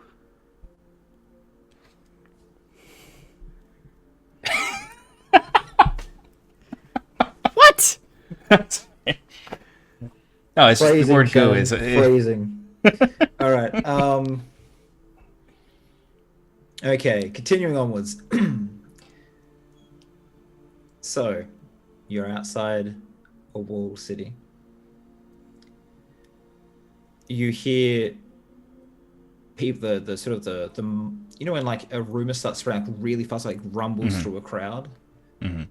Plague, 1,000 dead, bodies burning. Everyone in the Umberheart house slaughtered. And you just sort of see as Henri just falls to his knees and just like puts his head in his hands. And falls apart. How close were we to staying to Henri? I mean, imagine Auric would have. Sorry, this is kind of retrospect, but I wouldn't have gone up to him or anything during that travel, but I would have stayed close to him, and keeping an eye on him. I think you would have kept an eye on him. I think during the travels you might have had like shed a wine or something once, but it's kind of he's leading an army, he's busy. Yeah. And he's very much a boots on the ground kind of guy, so he's not the general that leaves from the back. He's like, he gets to know everyone around him. He's been, very, very busy. I would have kept my distance. I just would have wanted to keep an eye on him. I would, amongst this ramshackle of outside of the wall, the people who are kind of built this shanty town here, are there any guards amongst them? There are a few, yeah. Auric would want to go up to... I would go up to one of the guards. As I'm watching Henri kind of fall apart at this, Auric would... Maybe... I would... Still a little weak, I imagine, still. Shamble off the cart and kind of go up to the nearest guard I can with my one good hand and kind of like try to grab them by the shoulder. I'll go with you. I'll be like your support. Umberhearts, they all dead. He said everyone in the house is dead. Are they all dead? What if the patriarch would have Robert? He did not live in... No, he stayed in the Raven is... Is he alive? We have no word. You'd have to get into the city, and right now it's we're not letting people in unless they are willing to stay there indefinitely, and they might die. We will not be letting young Henri in. He's too valuable. He's the lord of the Umberhearts now. We just need it's a very simple ritual we have to do once we're back inside, and he'll take on the mantle. It's I apologize. Do you have friends in there? Maybe we can send a message to them. I have no friends in there. What do we do now? That was the family we were working for. Does that mean we can leave? Oric would walk over to Henry.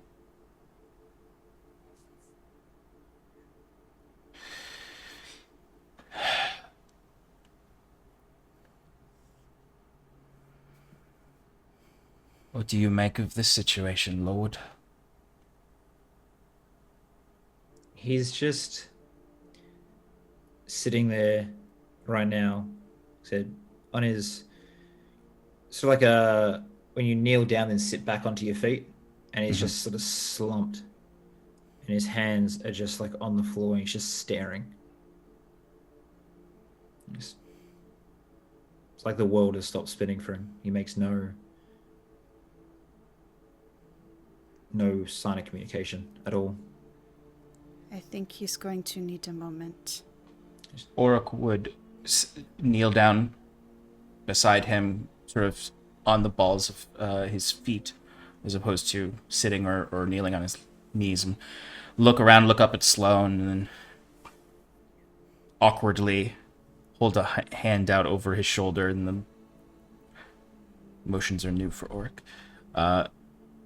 And drop it heavily on his back, on the back of his armor. Your loud slap. So You won't say anything. So like here, Exactly, yeah. and you're in front of him or behind him? I'd say I was next to him. Okay. He sort of just slowly reaches up and just sort of takes that bit of comfort.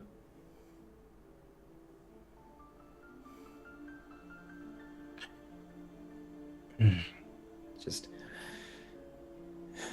again,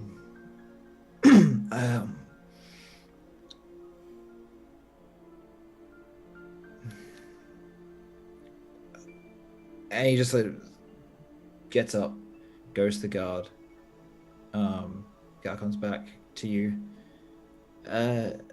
Apparently you are allowed in if you wish. You have been given access to find out anything about the remainder of his family, and you will consider your contract fulfilled if you do so.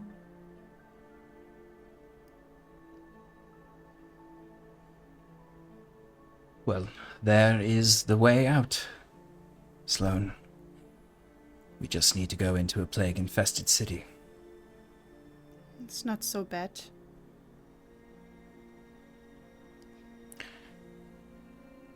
I would look over to Henry. He's still there. Thinking of Nia.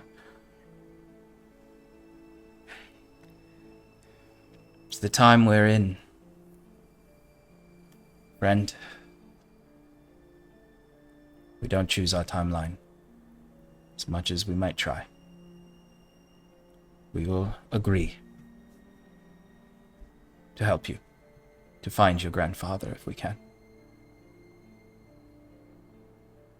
So just like nods once to you, walks to his horse and pulls on his helmet, and then starts riding around the outside of the city.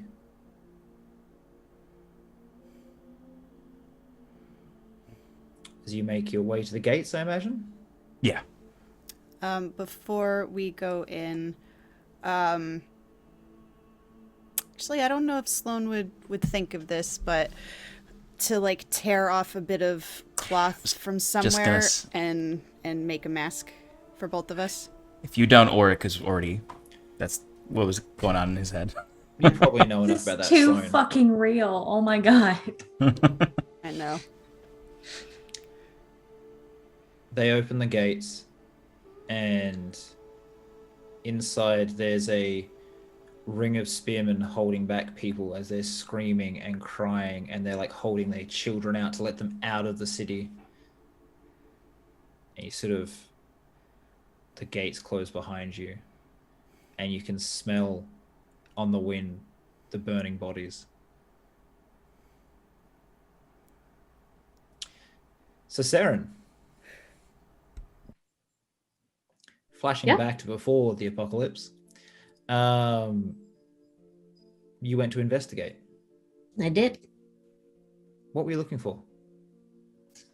Just any signs for whoever had to come in here and done this, if they've left a trail or if there are more marks fighting, if there are bodies left over, or if there's anything around here that could be of note, or any sketchy looking person that's even still walking around here. Make an investigation check. Okie dokie.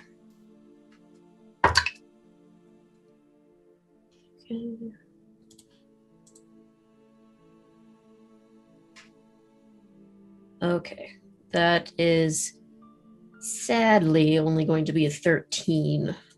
Okay.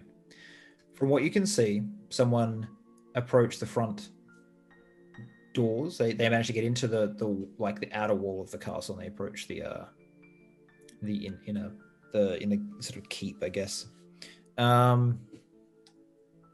The castle door, the large gate that they'd have that usually like 2 knights would pull open, has been slashed 10 foot up all the way down, and it looks like someone has just cut it again to make a cross cut and then just kicked that part in. It's a clean cut all the way through, top to bottom. It's like there was no resistance to the blade. Do the edges of the door where it's cut, like, does the wood or whatever material it's made out of, does it look weird? Like, does it also look like charred or like kind of decaying away magically? The edge of the wood does, but it's only a little bit, and then it stopped. This Like is... just like, and it's like you have to look really close, like a couple, millimeters. Okay.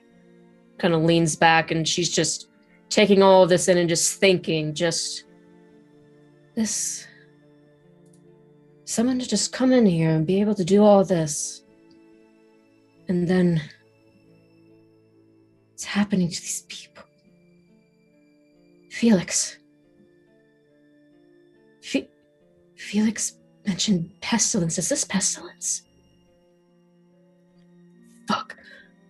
I need to find the next of the lords. As you keep walking through, you see that people had run to see what's happening.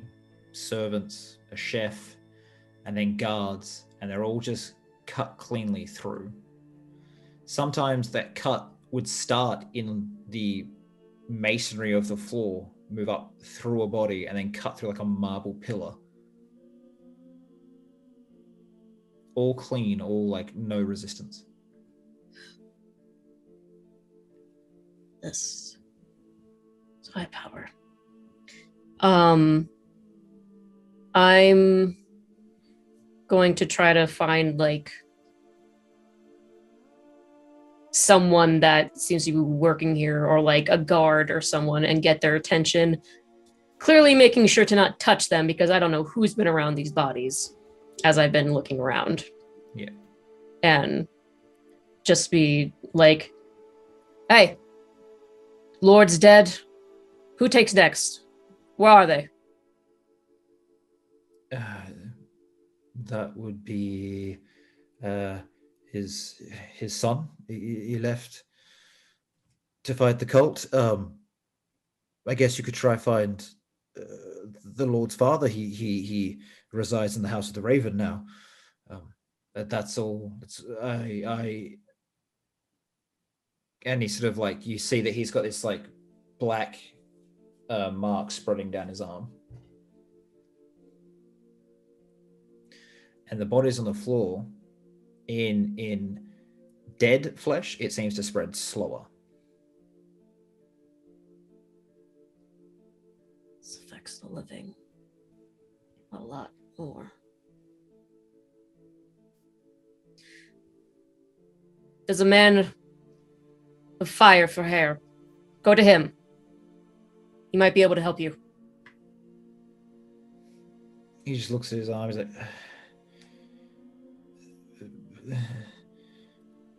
"Your pardon, lady. I think anything touched by this needs to be destroyed. Maybe we get a wizard out here and see what they can do."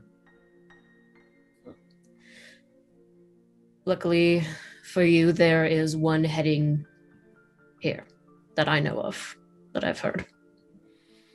Excellent.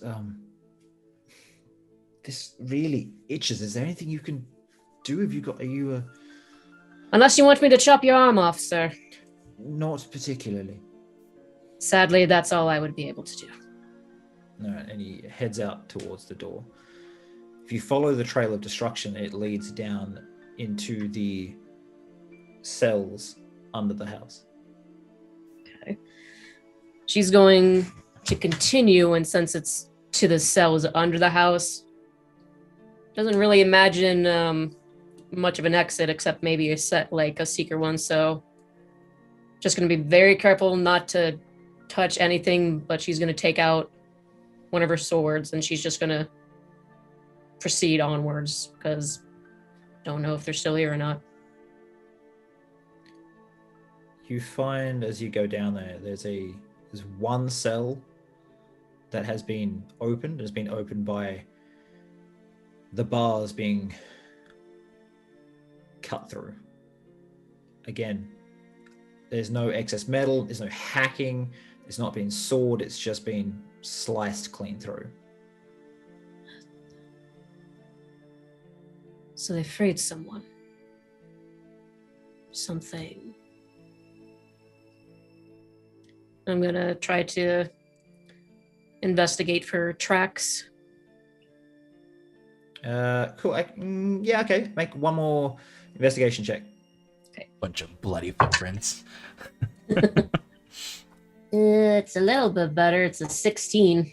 Yeah. So you will see bloody footprints heading out. There is someone wearing some sort of like riding boot, and there's someone who was barefoot. Barefoot. I'm gonna follow the barefoot. Okay. It gets into the main entranceway and goes onto a rug. And there's no exit footprints to those. It goes onto the rug and doesn't come back off. Fuck. Not enough blood. Well, and it seems that any guard that would know who's there is dead. Someone might know more. Make a perception check for me. Okay.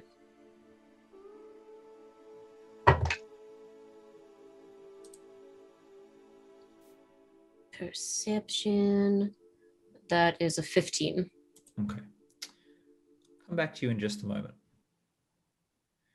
Okay. Outside here, we have good old Ignis.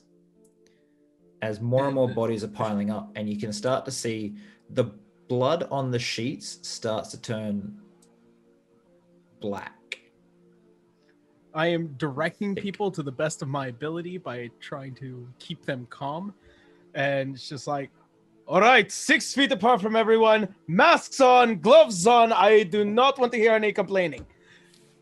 Oh, this is going to be a long day. As you're doing it, you see there's a servant with a gash on their arm. and then the people, someone has obviously been moving one of these bodies has cut themselves on something, and the flesh on that arm seems to be starting to run, like it's, rubber that's been heated too much.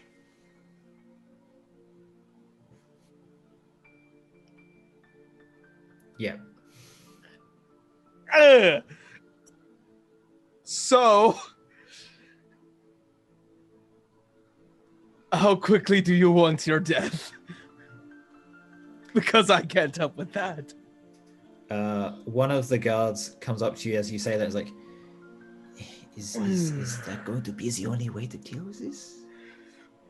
Well, to be quite honest, I can't heal all of this. This is literally fucking impossible. I mean, I can certainly pray and hope that the goddess of the sun sees mercy on any of our souls, and also subsequently brings down whatever divine holiness that could eradicate this. But I'm not going to wait on a prayer. Unfortunately, a lot of these people are going to die. And the piles of bodies are going to pile up the way they are. The only thing we can do is burn the flesh. And any of them that are sick needs to be quarantined. You can do that, so you have the ability to burn them? He smiles, almost oddly warm, but also kind of devious. It is my professionality. And he kind of fluffs his hair up a bit. Okay. All right, everyone that is come in contact with the bodies, you need you to line up. We were going to get you to, we're going to hold up a sheet. You are to undress. If you have any sort of blood or mark on you, you are to go get dressed to the left side of the courtyard. If you have no marks or blood on you, you are to go to the right side of the courtyard. And as that starts getting organized, he looks to you and says, if there are, once we have finished counting, everyone on the left, make it quick. And he looks at him dead-eyed. Would you like to say a prayer with me? Okay. And I lean the staff on my shoulder, and I put my hands together, and I begin to start, reciting the scriptures of the goddess of the sun, and begin to contemplate on the decisions that have to be made here. It's going to take a little bit of time because, of course, people having to move from side to side. I'm literally biding time to find out whether or not I can actually perform either a massive miracle or a mass murder.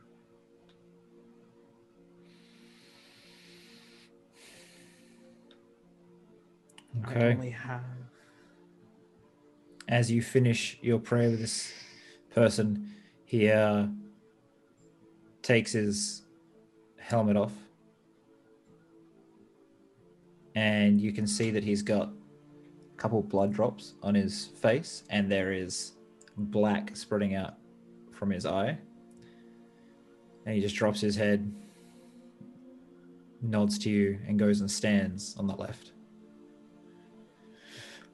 When you're ready.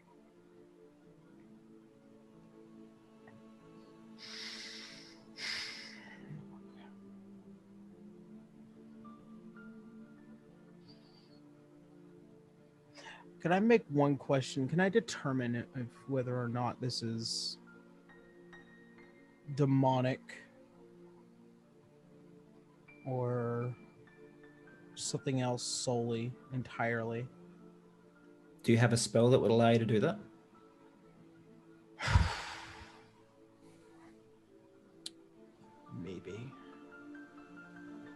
Maybe. I'm thinking of protection from good and evil, but that might not tell me. Aberrations, celestials, elementals, fey, fiends, and undead can grant benefits. You're thinking of detect evil and good. Yeah, that's probably what I was thinking. I don't think I have detect evil. Good. I do not.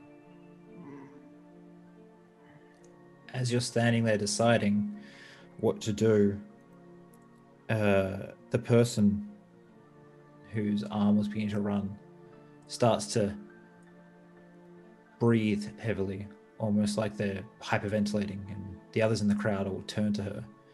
And as she holds her hand up, her arm up, the hand distends and is now, despite the fact she's holding it up like parallel to her shoulder, the forearm and hand is now hanging down below her waist.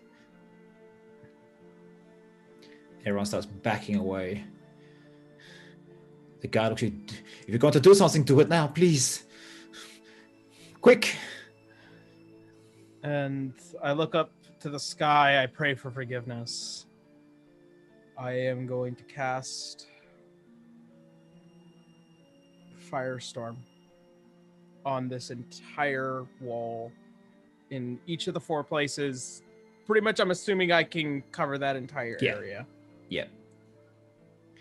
So, Firestorm as praying for forgiveness and hoping that they pass through easy. Can you roll me a d20, please? Just tell me what the number is. I'll add your charisma. Oh, and add my charisma? Yeah. All right. Well, the roll is an 18, so Okay. that's going to be a 23. As you go to cast the spell, what usually is, this glorious red burning flame, instead seems to be a roiling, radiant light. It's like someone has taken a solar flare and turned it into this beautiful firestorm. It's not anyone nearby doesn't feel the heat of a fire. Instead, it's like they're standing in a warm sunlit day. Everyone within the firestorm inhales sharply for 1 second, and then their faces become a soft smile, and then they become ash. And as soon as I am done,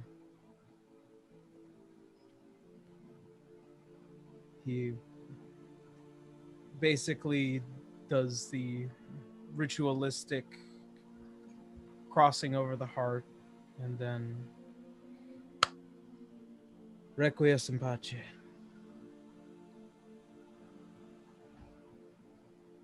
Okay. And I think we will end session 1, season 3, right about there. Oh my god. Oh my fucking god. Okay. This is I would like the audience to know this is not the first time that Ignis has burned people, but this is the first time he's done it out of mercy. Yeah. Like first time he's done it out of mercy, not malice. Yeah, I have lined people up and set them ablaze before as Ignis. Never like this. Okay. Well, session 1 of season 3, and already a mass murder. Yep. To be honest, I'm not surprised. Thank So you, Chet. I've wrapped this a little earlier than we usually do, so we can do a go-round favorite moments sort of thing. And I'd love to hear it from the chat as well, if you had favorite moments. So what we're going to do is we're going to start with... we'll start with Shannon. I want you to tell us every other player's favorite moments. Okay. So This what is you always thought was the best bit. so hard for me. All right. You don't like anyone else's role playing? It's all about your own. No, that's not what I said. No. No, but you're just a Y'all are I am an trash. asshole. Okay, so I am going to start with Ignis. I really, really, really liked how you played off that choice and showed how difficult it was, and we're trying to think of every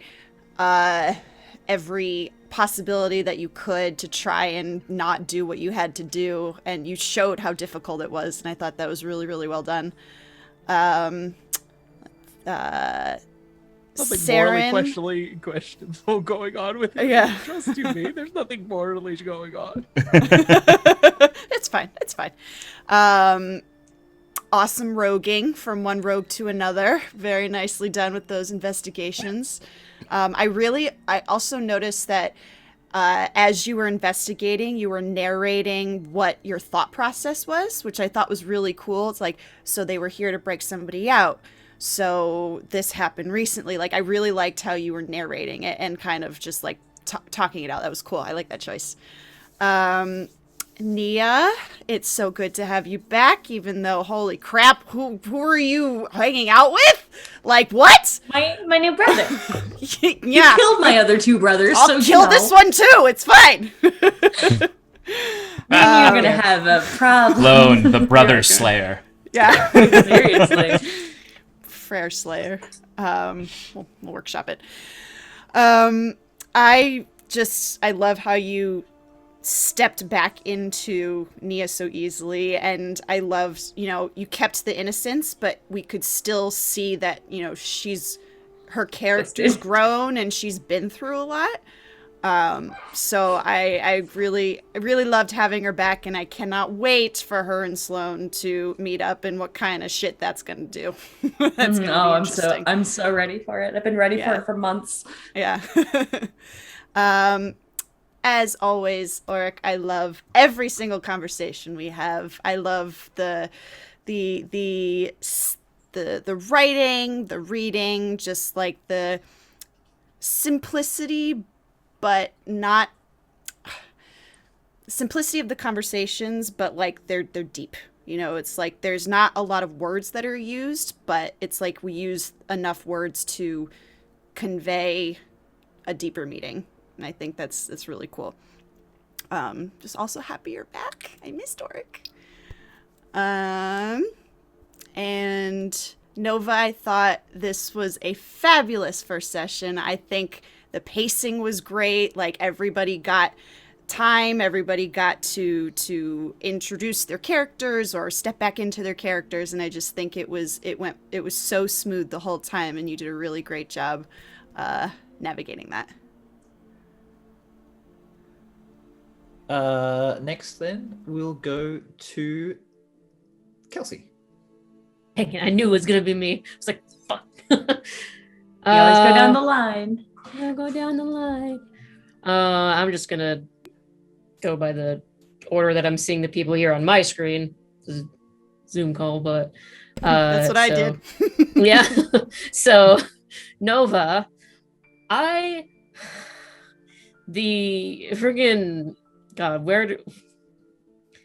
gonna pass over that whole scene, like with the separating of people and the like fire, and like how it kind of turned into that, because that was a lot. But I think my favorite moment, begrudgingly I have to say, it was Sam showing up, and how just that note of like stuff that was happening with people being killed, and then suddenly you just hear him humming. Like, you just hear the humming coming down the corridor. I was just like, fuck. I love that.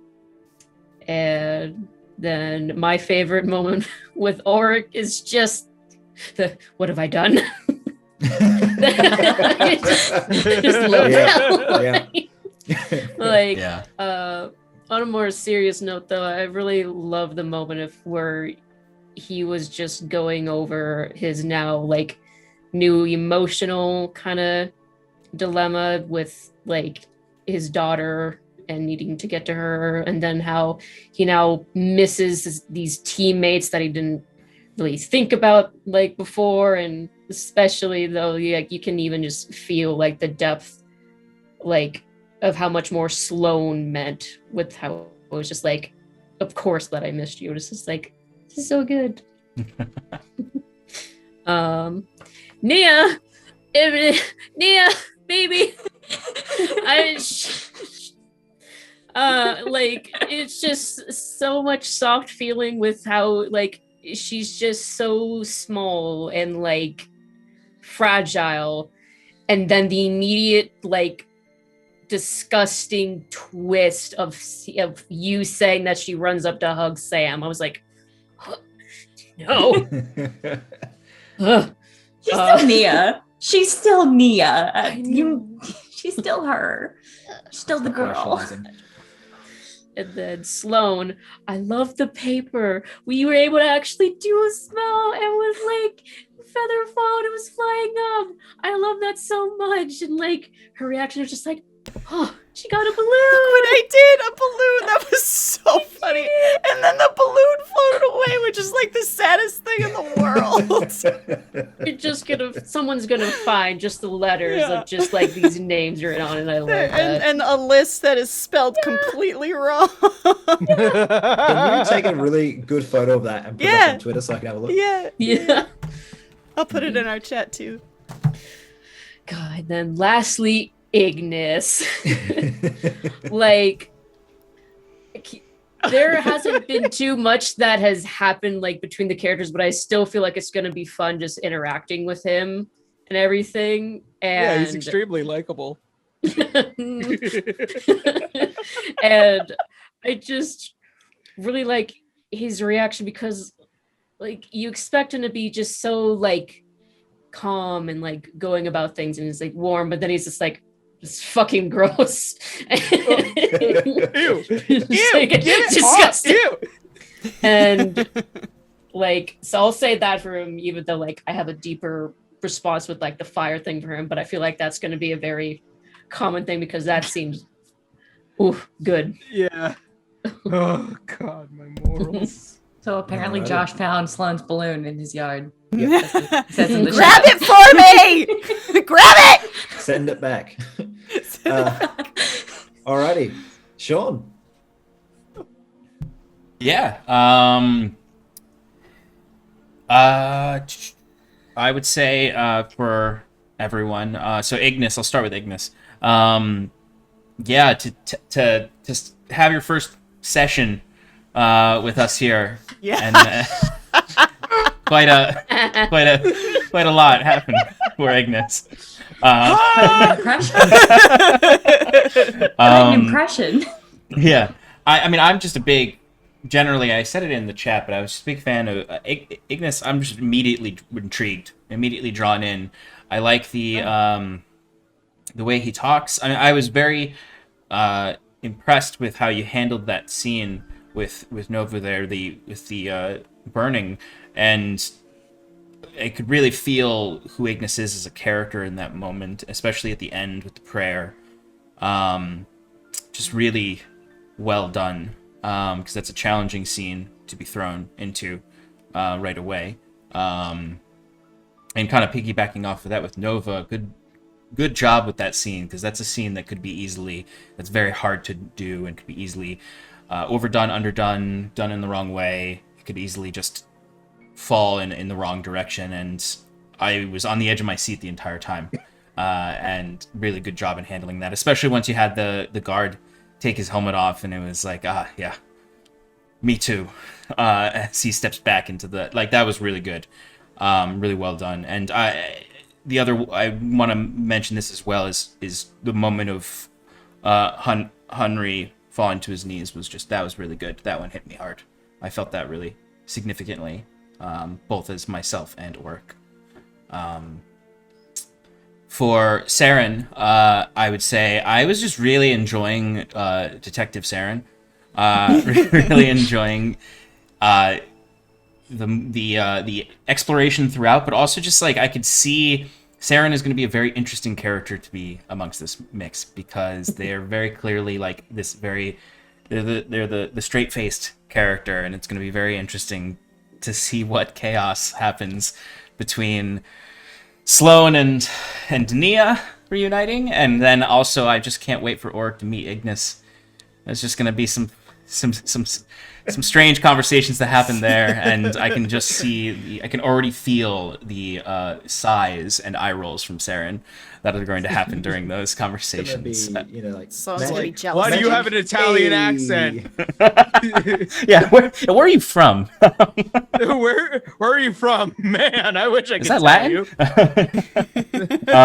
It's close. But yeah, no.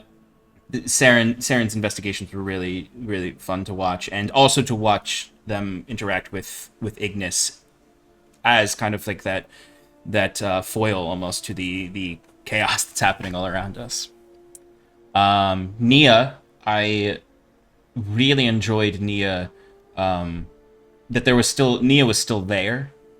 In no matter all that's happened, like as soon as you said, did you really have to kill all these people? I was like, all right, this is still Nia. This is still Nia. She's not all gone. That's a great line. That was really good. I thought you did a really good job, especially coming back into Nia after so long. Sloan, I really appreciated the carefulness that she took in interacting with Oric. The tenderness that she took, and the just general I really enjoyed when she said, "You left me alone." That was really impactful. And I'm very excited to be reunited with Sloan. I think I got everyone. Yeah. I just had to double check. All right. So who's next? That would be Arron. Oh, some of my favorite moments. I'm personally like enjoying like this little bit where like we're all slowly coming together, and I really do like that.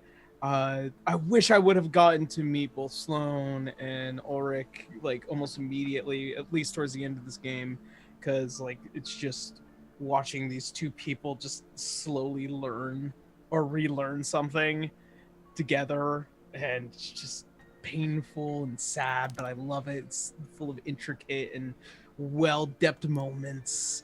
I love Nia's entire like this aspect of just like, I have to go through this trial without everything in my arsenal, but I know I can do it. But also, man, what morally questionable things do I have to do this time? And of course, like I of course also like enjoying the conversations between me and Saren. Those just like just showing off this happy campfire individual. Nova, how dare you? That's every session. Get ready to say that at the end of every game. That's just how it ends. How dare you? How dare you? How dare because I wasn't thinking today was the day that I'm going to show up at a game and just commit a mass murderer. Just you gotta like get your numbers up. That was fun. Yeah, no, like There's a rookie numbers. I don't know how many people I killed, but I killed them. Just like, and I'm really whether or not I say how dare you, thank you for at least allowing that little moment at the end where they had actual peace before suffering a unbelievably disgusting death. Because I've been in your position before. Like my second session of Dawnright, I literally had one of my players make the decision on whether to let this woman die or to have her suffer a disease that would have turned her into this demonic mutation. So like I understand the importance of allowing that decision while also giving a sense of like relief from pain. I just don't know what the fuck the repercussions are going to be to this. And I worry about that greatly. But those are some of my favorite moments. Oh, and also, I may be a healer, but. But. All right. that you done then? Yeah, that's me. That's all I got. Cool. I think that's everyone. Who else is there? Hey. Nova, I was about to give you Alright, so many Shelby. compliments too, but I'm not even paying Tell us attention what to you you anymore. think. You know what? No, I'm not. None of your favorite moments. Nothing for you. Ignis, I love that this is the second game I've been in with you where you have executed people, but it wasn't out of malice. Genuinely, I really like Ignis. I really enjoy, just for the audience, because I know that we've been referencing this a lot. Me and Arron played together in a small, like, 5 or 6 session game before we started Necrohunt, so our group could build up a character dynamic. And he played Ignis in that game. And I really liked Ignis in that game, so it's really nice seeing him come back. So it's kind of like a nostalgia, like, oh no, it's the boy, but oh my god, what did the boy do? I'm really excited to see how he'll handle Nia, especially because I know how Ignis is, and Nia is a weird case. Yeah. Oregon Sloan, I'm gonna wait Screw for him you. over once, shame on him. Screw him over twice, shame on you. No. Oregon Sloan, I'm going to bundle you together after Saren because there's a lot I like from you guys. Saren, I loved that whole thought process. Like, oh God, they were breaking someone out. And then you're like following footsteps. It's very like kind of Nancy Drew-ish, you know? Yeah. It gave me like flashback like feels for like the teen mystery novels I used to read, and I really like that. Oh my god, yes. Like, you know, I love Saren. We've talked a lot, and you know I love Saren, so I was going to like her anyway. But I like the vibe she's got so far, and I think that it's something the group needs. She's very like direct, and she's very good at moving forward. She's very like, okay, we got to do this, this, and this, and we need that. We really need desperately. Arik and Sloan, your reunion made me cry 3 times. And Sorry. My favorite thing was Sloan accidentally creating a spell. Because I like to think that this is the start of Sloan becoming a wild magic barbarian, and I don't care if that doesn't happen. This is what's in my brain, and I love it. And we're gonna it manifest that, speaking it into existence. Yes, 100%. Yes. I love the idea that this is how Sloan turns into magic. And I love the idea of Sloan just accidentally creating spells. But Auric, you specifically, this was really subtle, but it's how you were mentioning how he's thinking about you miss Saris and Leaf, and you're even thinking about Nia, and you know what she's done. And it was really nice to see the remnants of the party bonds be built over like 2 seasons come back. And Nova, I guess I'll give you your favorite moment from you. I love that scene with Sam. That sets him up as horrifying, and I'm so worried for what Nia's gotten into. Like, she's totally like trusting, she's attached, but I'm like, so when this goes wrong, how am I going to get out of this? Because it's gonna go wrong. Because I read no, because now I have a suspicion about him that if it comes out to be true, I need you to send me that suspicion. I'm curious. I'll text it to you. I will go through the viewers things, and I'll do a quick wrap up of my favorite moments, and then we'll have to do a very quick round of goodbyes because this took a bit of time. All right. So, firstly, we have from Acronis Wolf. Favorite Auric moment is talking about his daughter. Yeah, that was really nice. There was from Josh is saying favorite Auric moment was the levitating paper. I think that's everyone's. Like, that's mine for you guys as well. Just this like you know, the whole writing scene, you guys learning, and then Auric being like, this is annoying. I can't, get my writing as good as I want it to, so I can't do my spell book. Should have to go get a spell book. It's this whole thing for you. There's a sort of process, like you can see your guys' friendship as well in that, because there was the, hey, I taught Sloan how to write, now she's teaching me how to write, and it's just this big thing. Ziberian favorite Saren was negotiating with the guards like Ignis to his resurrection. Yep. Favorite whistle from Josh. her reaction to finding out her brother was Madness's candidate, which was mine as well, actually. Just you being like, oh no. It was just like that semblance of like, oh God, wait, can I not trust you? Are you like that was I could feel her trust shaking, but like then it was just like, no, it's fine. From Josh again, favorite Kelsey was the description of where she was saying nearest to the best pub. Good character building without saying much, which it was, yeah. Favorite order from my Siberian was accidentally teaching Sloan magic. Yep, and then he uses very expensive paper. Josh for Ignis. I also like this. You dropped about searching for the dragon without going into it too much. That was really good. My other part for you was probably just how much it weighed on you, whether you were going to do the burninating or not. And I could see how hard you were praying to give it like a peaceful ending, which is why I was like, all right, if you can get effectively a roll of 20 or higher when you add your charisma, it's done. Like, you get what you want. Oh. I call it the burninating. I What's wrong rolled with pretty you? okay today. Except on Balkanist Necro Hunt. Never rolled over a 20 once. Well, maybe Enoch should stop pissing the gods off. Maybe Joe should let me roll my damn dice. Josh said his favorite Nova moment was art imitating life. Yeah, I'll just say this now as a quick thing because I guess might as well. So a few weeks back, so I wrote this story here, this part of the story like 3 miles back. And then a couple weeks ago, my dad died. So when I went and read this, and I was like, oh, that's right. Henri's coming back to that. I was like, all right, I think I can explain this pretty well now. I can. He's in my shoes.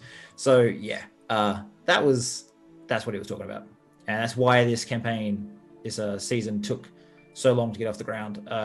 So thanks all for coming back, and thank you very much to the crew for being so supportive of me. I really appreciate And it. everybody in the chat, just give Nova lots of love. Also over on Twitter, please, because Nova's been working really hard. And this has been, listen, no, you don't. Nova's been working very hard on this campaign and on projects behind the scenes of the campaign. He can be a sock all he wants. But he has been going through just a hell of a year. Just give him some love because he's been working really hard. Yeah. Thanks, Shelby. So yes, and thank you, Chad, for the love. I appreciate it. Kelsey, your whole Sherlock Holmes moment was awesome. Loved it. Really cool. I think just the Sean and Shannon, Sloan and Auric moment, like I said before, with the paper and the writing, all that was great. And then, as I said, near your moment realizing about your brother. Okay, so we'll do a very quick round of goodbyes and we'll get out of here because we've got to raid someone and get going. It is about to hit the 3-hour mark when we start streaming. So tell us who you are, where you're from, where people can find you, and we'll start in a weird spot. Kelsey. Damn it, I knew it again. Hi, I'm Kelsey, also Rogue Uzu. I'm playing Saren here. I draw on Rogue Uzu at Twitter, and I talk about the first game that I ever DM'd over on my YouTube. That's me. Excellent. Next up, another random one. Yeah, Shelby. Okay. Hi, my name is Shelby. I whistle. I'm from the channel Whistle While You Work. It's a channel where I tell stories from my D&D experience and draw whatever fun fantasy stuff comes to mind. I'm also a player over on Joe Cat's Balkanist Necro Hunt, where I play a badass Echo Knight Swords lady named Luna Icewind. You should come check us out. Yeah, Echo Knights. They're so cool. Just to follow the theme of ladies first, I will continue with Shannon. That's me. Hi, everybody. I'm Shannon. I've been your fun barbarian this evening. Usually I play a monk on Adventure Paradise at Paradise RPG on Monday nights. Also one half of the Sean and Shannon Power Hour, and I usually hang out and chat for Sean's Relaxing in Paradise stream. Yes, Funbarian, absolutely. I like that, Funbarian.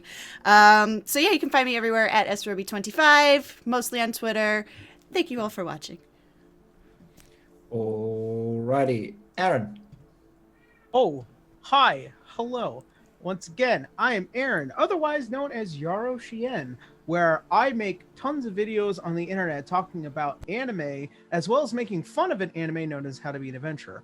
I am also the dungeon master for the D&D live show D6 Dawnright, where we are actually a few episodes away from wrapping up our 2-year campaign, which I'm so excited and so sad about doing, but it has to happen. I've been 3D printing a bunch of stuff. And also I am a player over on Belkinus Necrohunt with Shelby. I play Enoch Solomon, an Aasimar who has a lot of sad things happening in the past episode. He's currently like being hugged by Luna as we speak. Yeah. So, you know, he hasn't had a good time. Yeah, no, he's had a broken heart. He's got a broken heart, and he's also been singing Hurt by Johnny Cash over and over again. So if you guys are interested in that, there's a whole bunch of links that will show up in the chat. Love you all so very much. Good song. All right. Lastly, hi, I'm Nova or Nova One. I've been the DM tonight. Lastly, you skipped Sean. I did it before to Shelby. I had to do it to Sean. Hi, everybody. My name is Sean.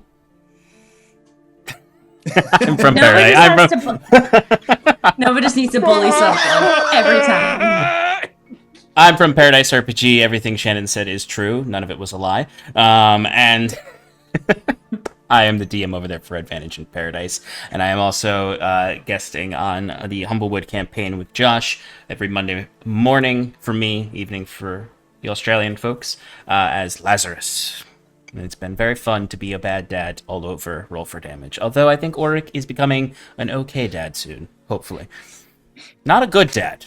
He's becoming a fine more self-aware dad. Dad that is definitely just fine. He definitely would come home from the corner store after buying milk and cereal. Exactly. Yeah. He's learned. He's learned. The component shop. I'm coming back from the component shop 20 years later. Okay. Opponents, what are those? Yep. Hi, Nova. Nova One did my thing. Cool. I run off damage.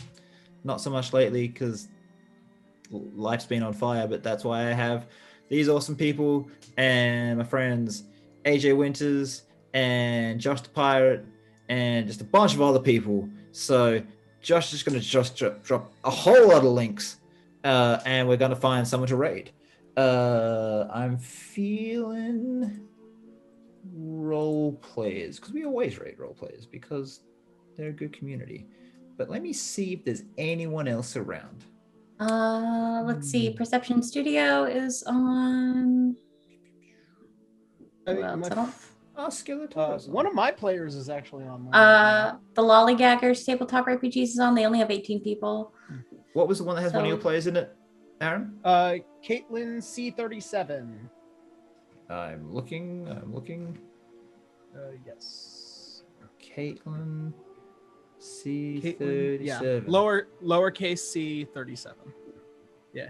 She plays my Eladrin rogue fighter. Fighter.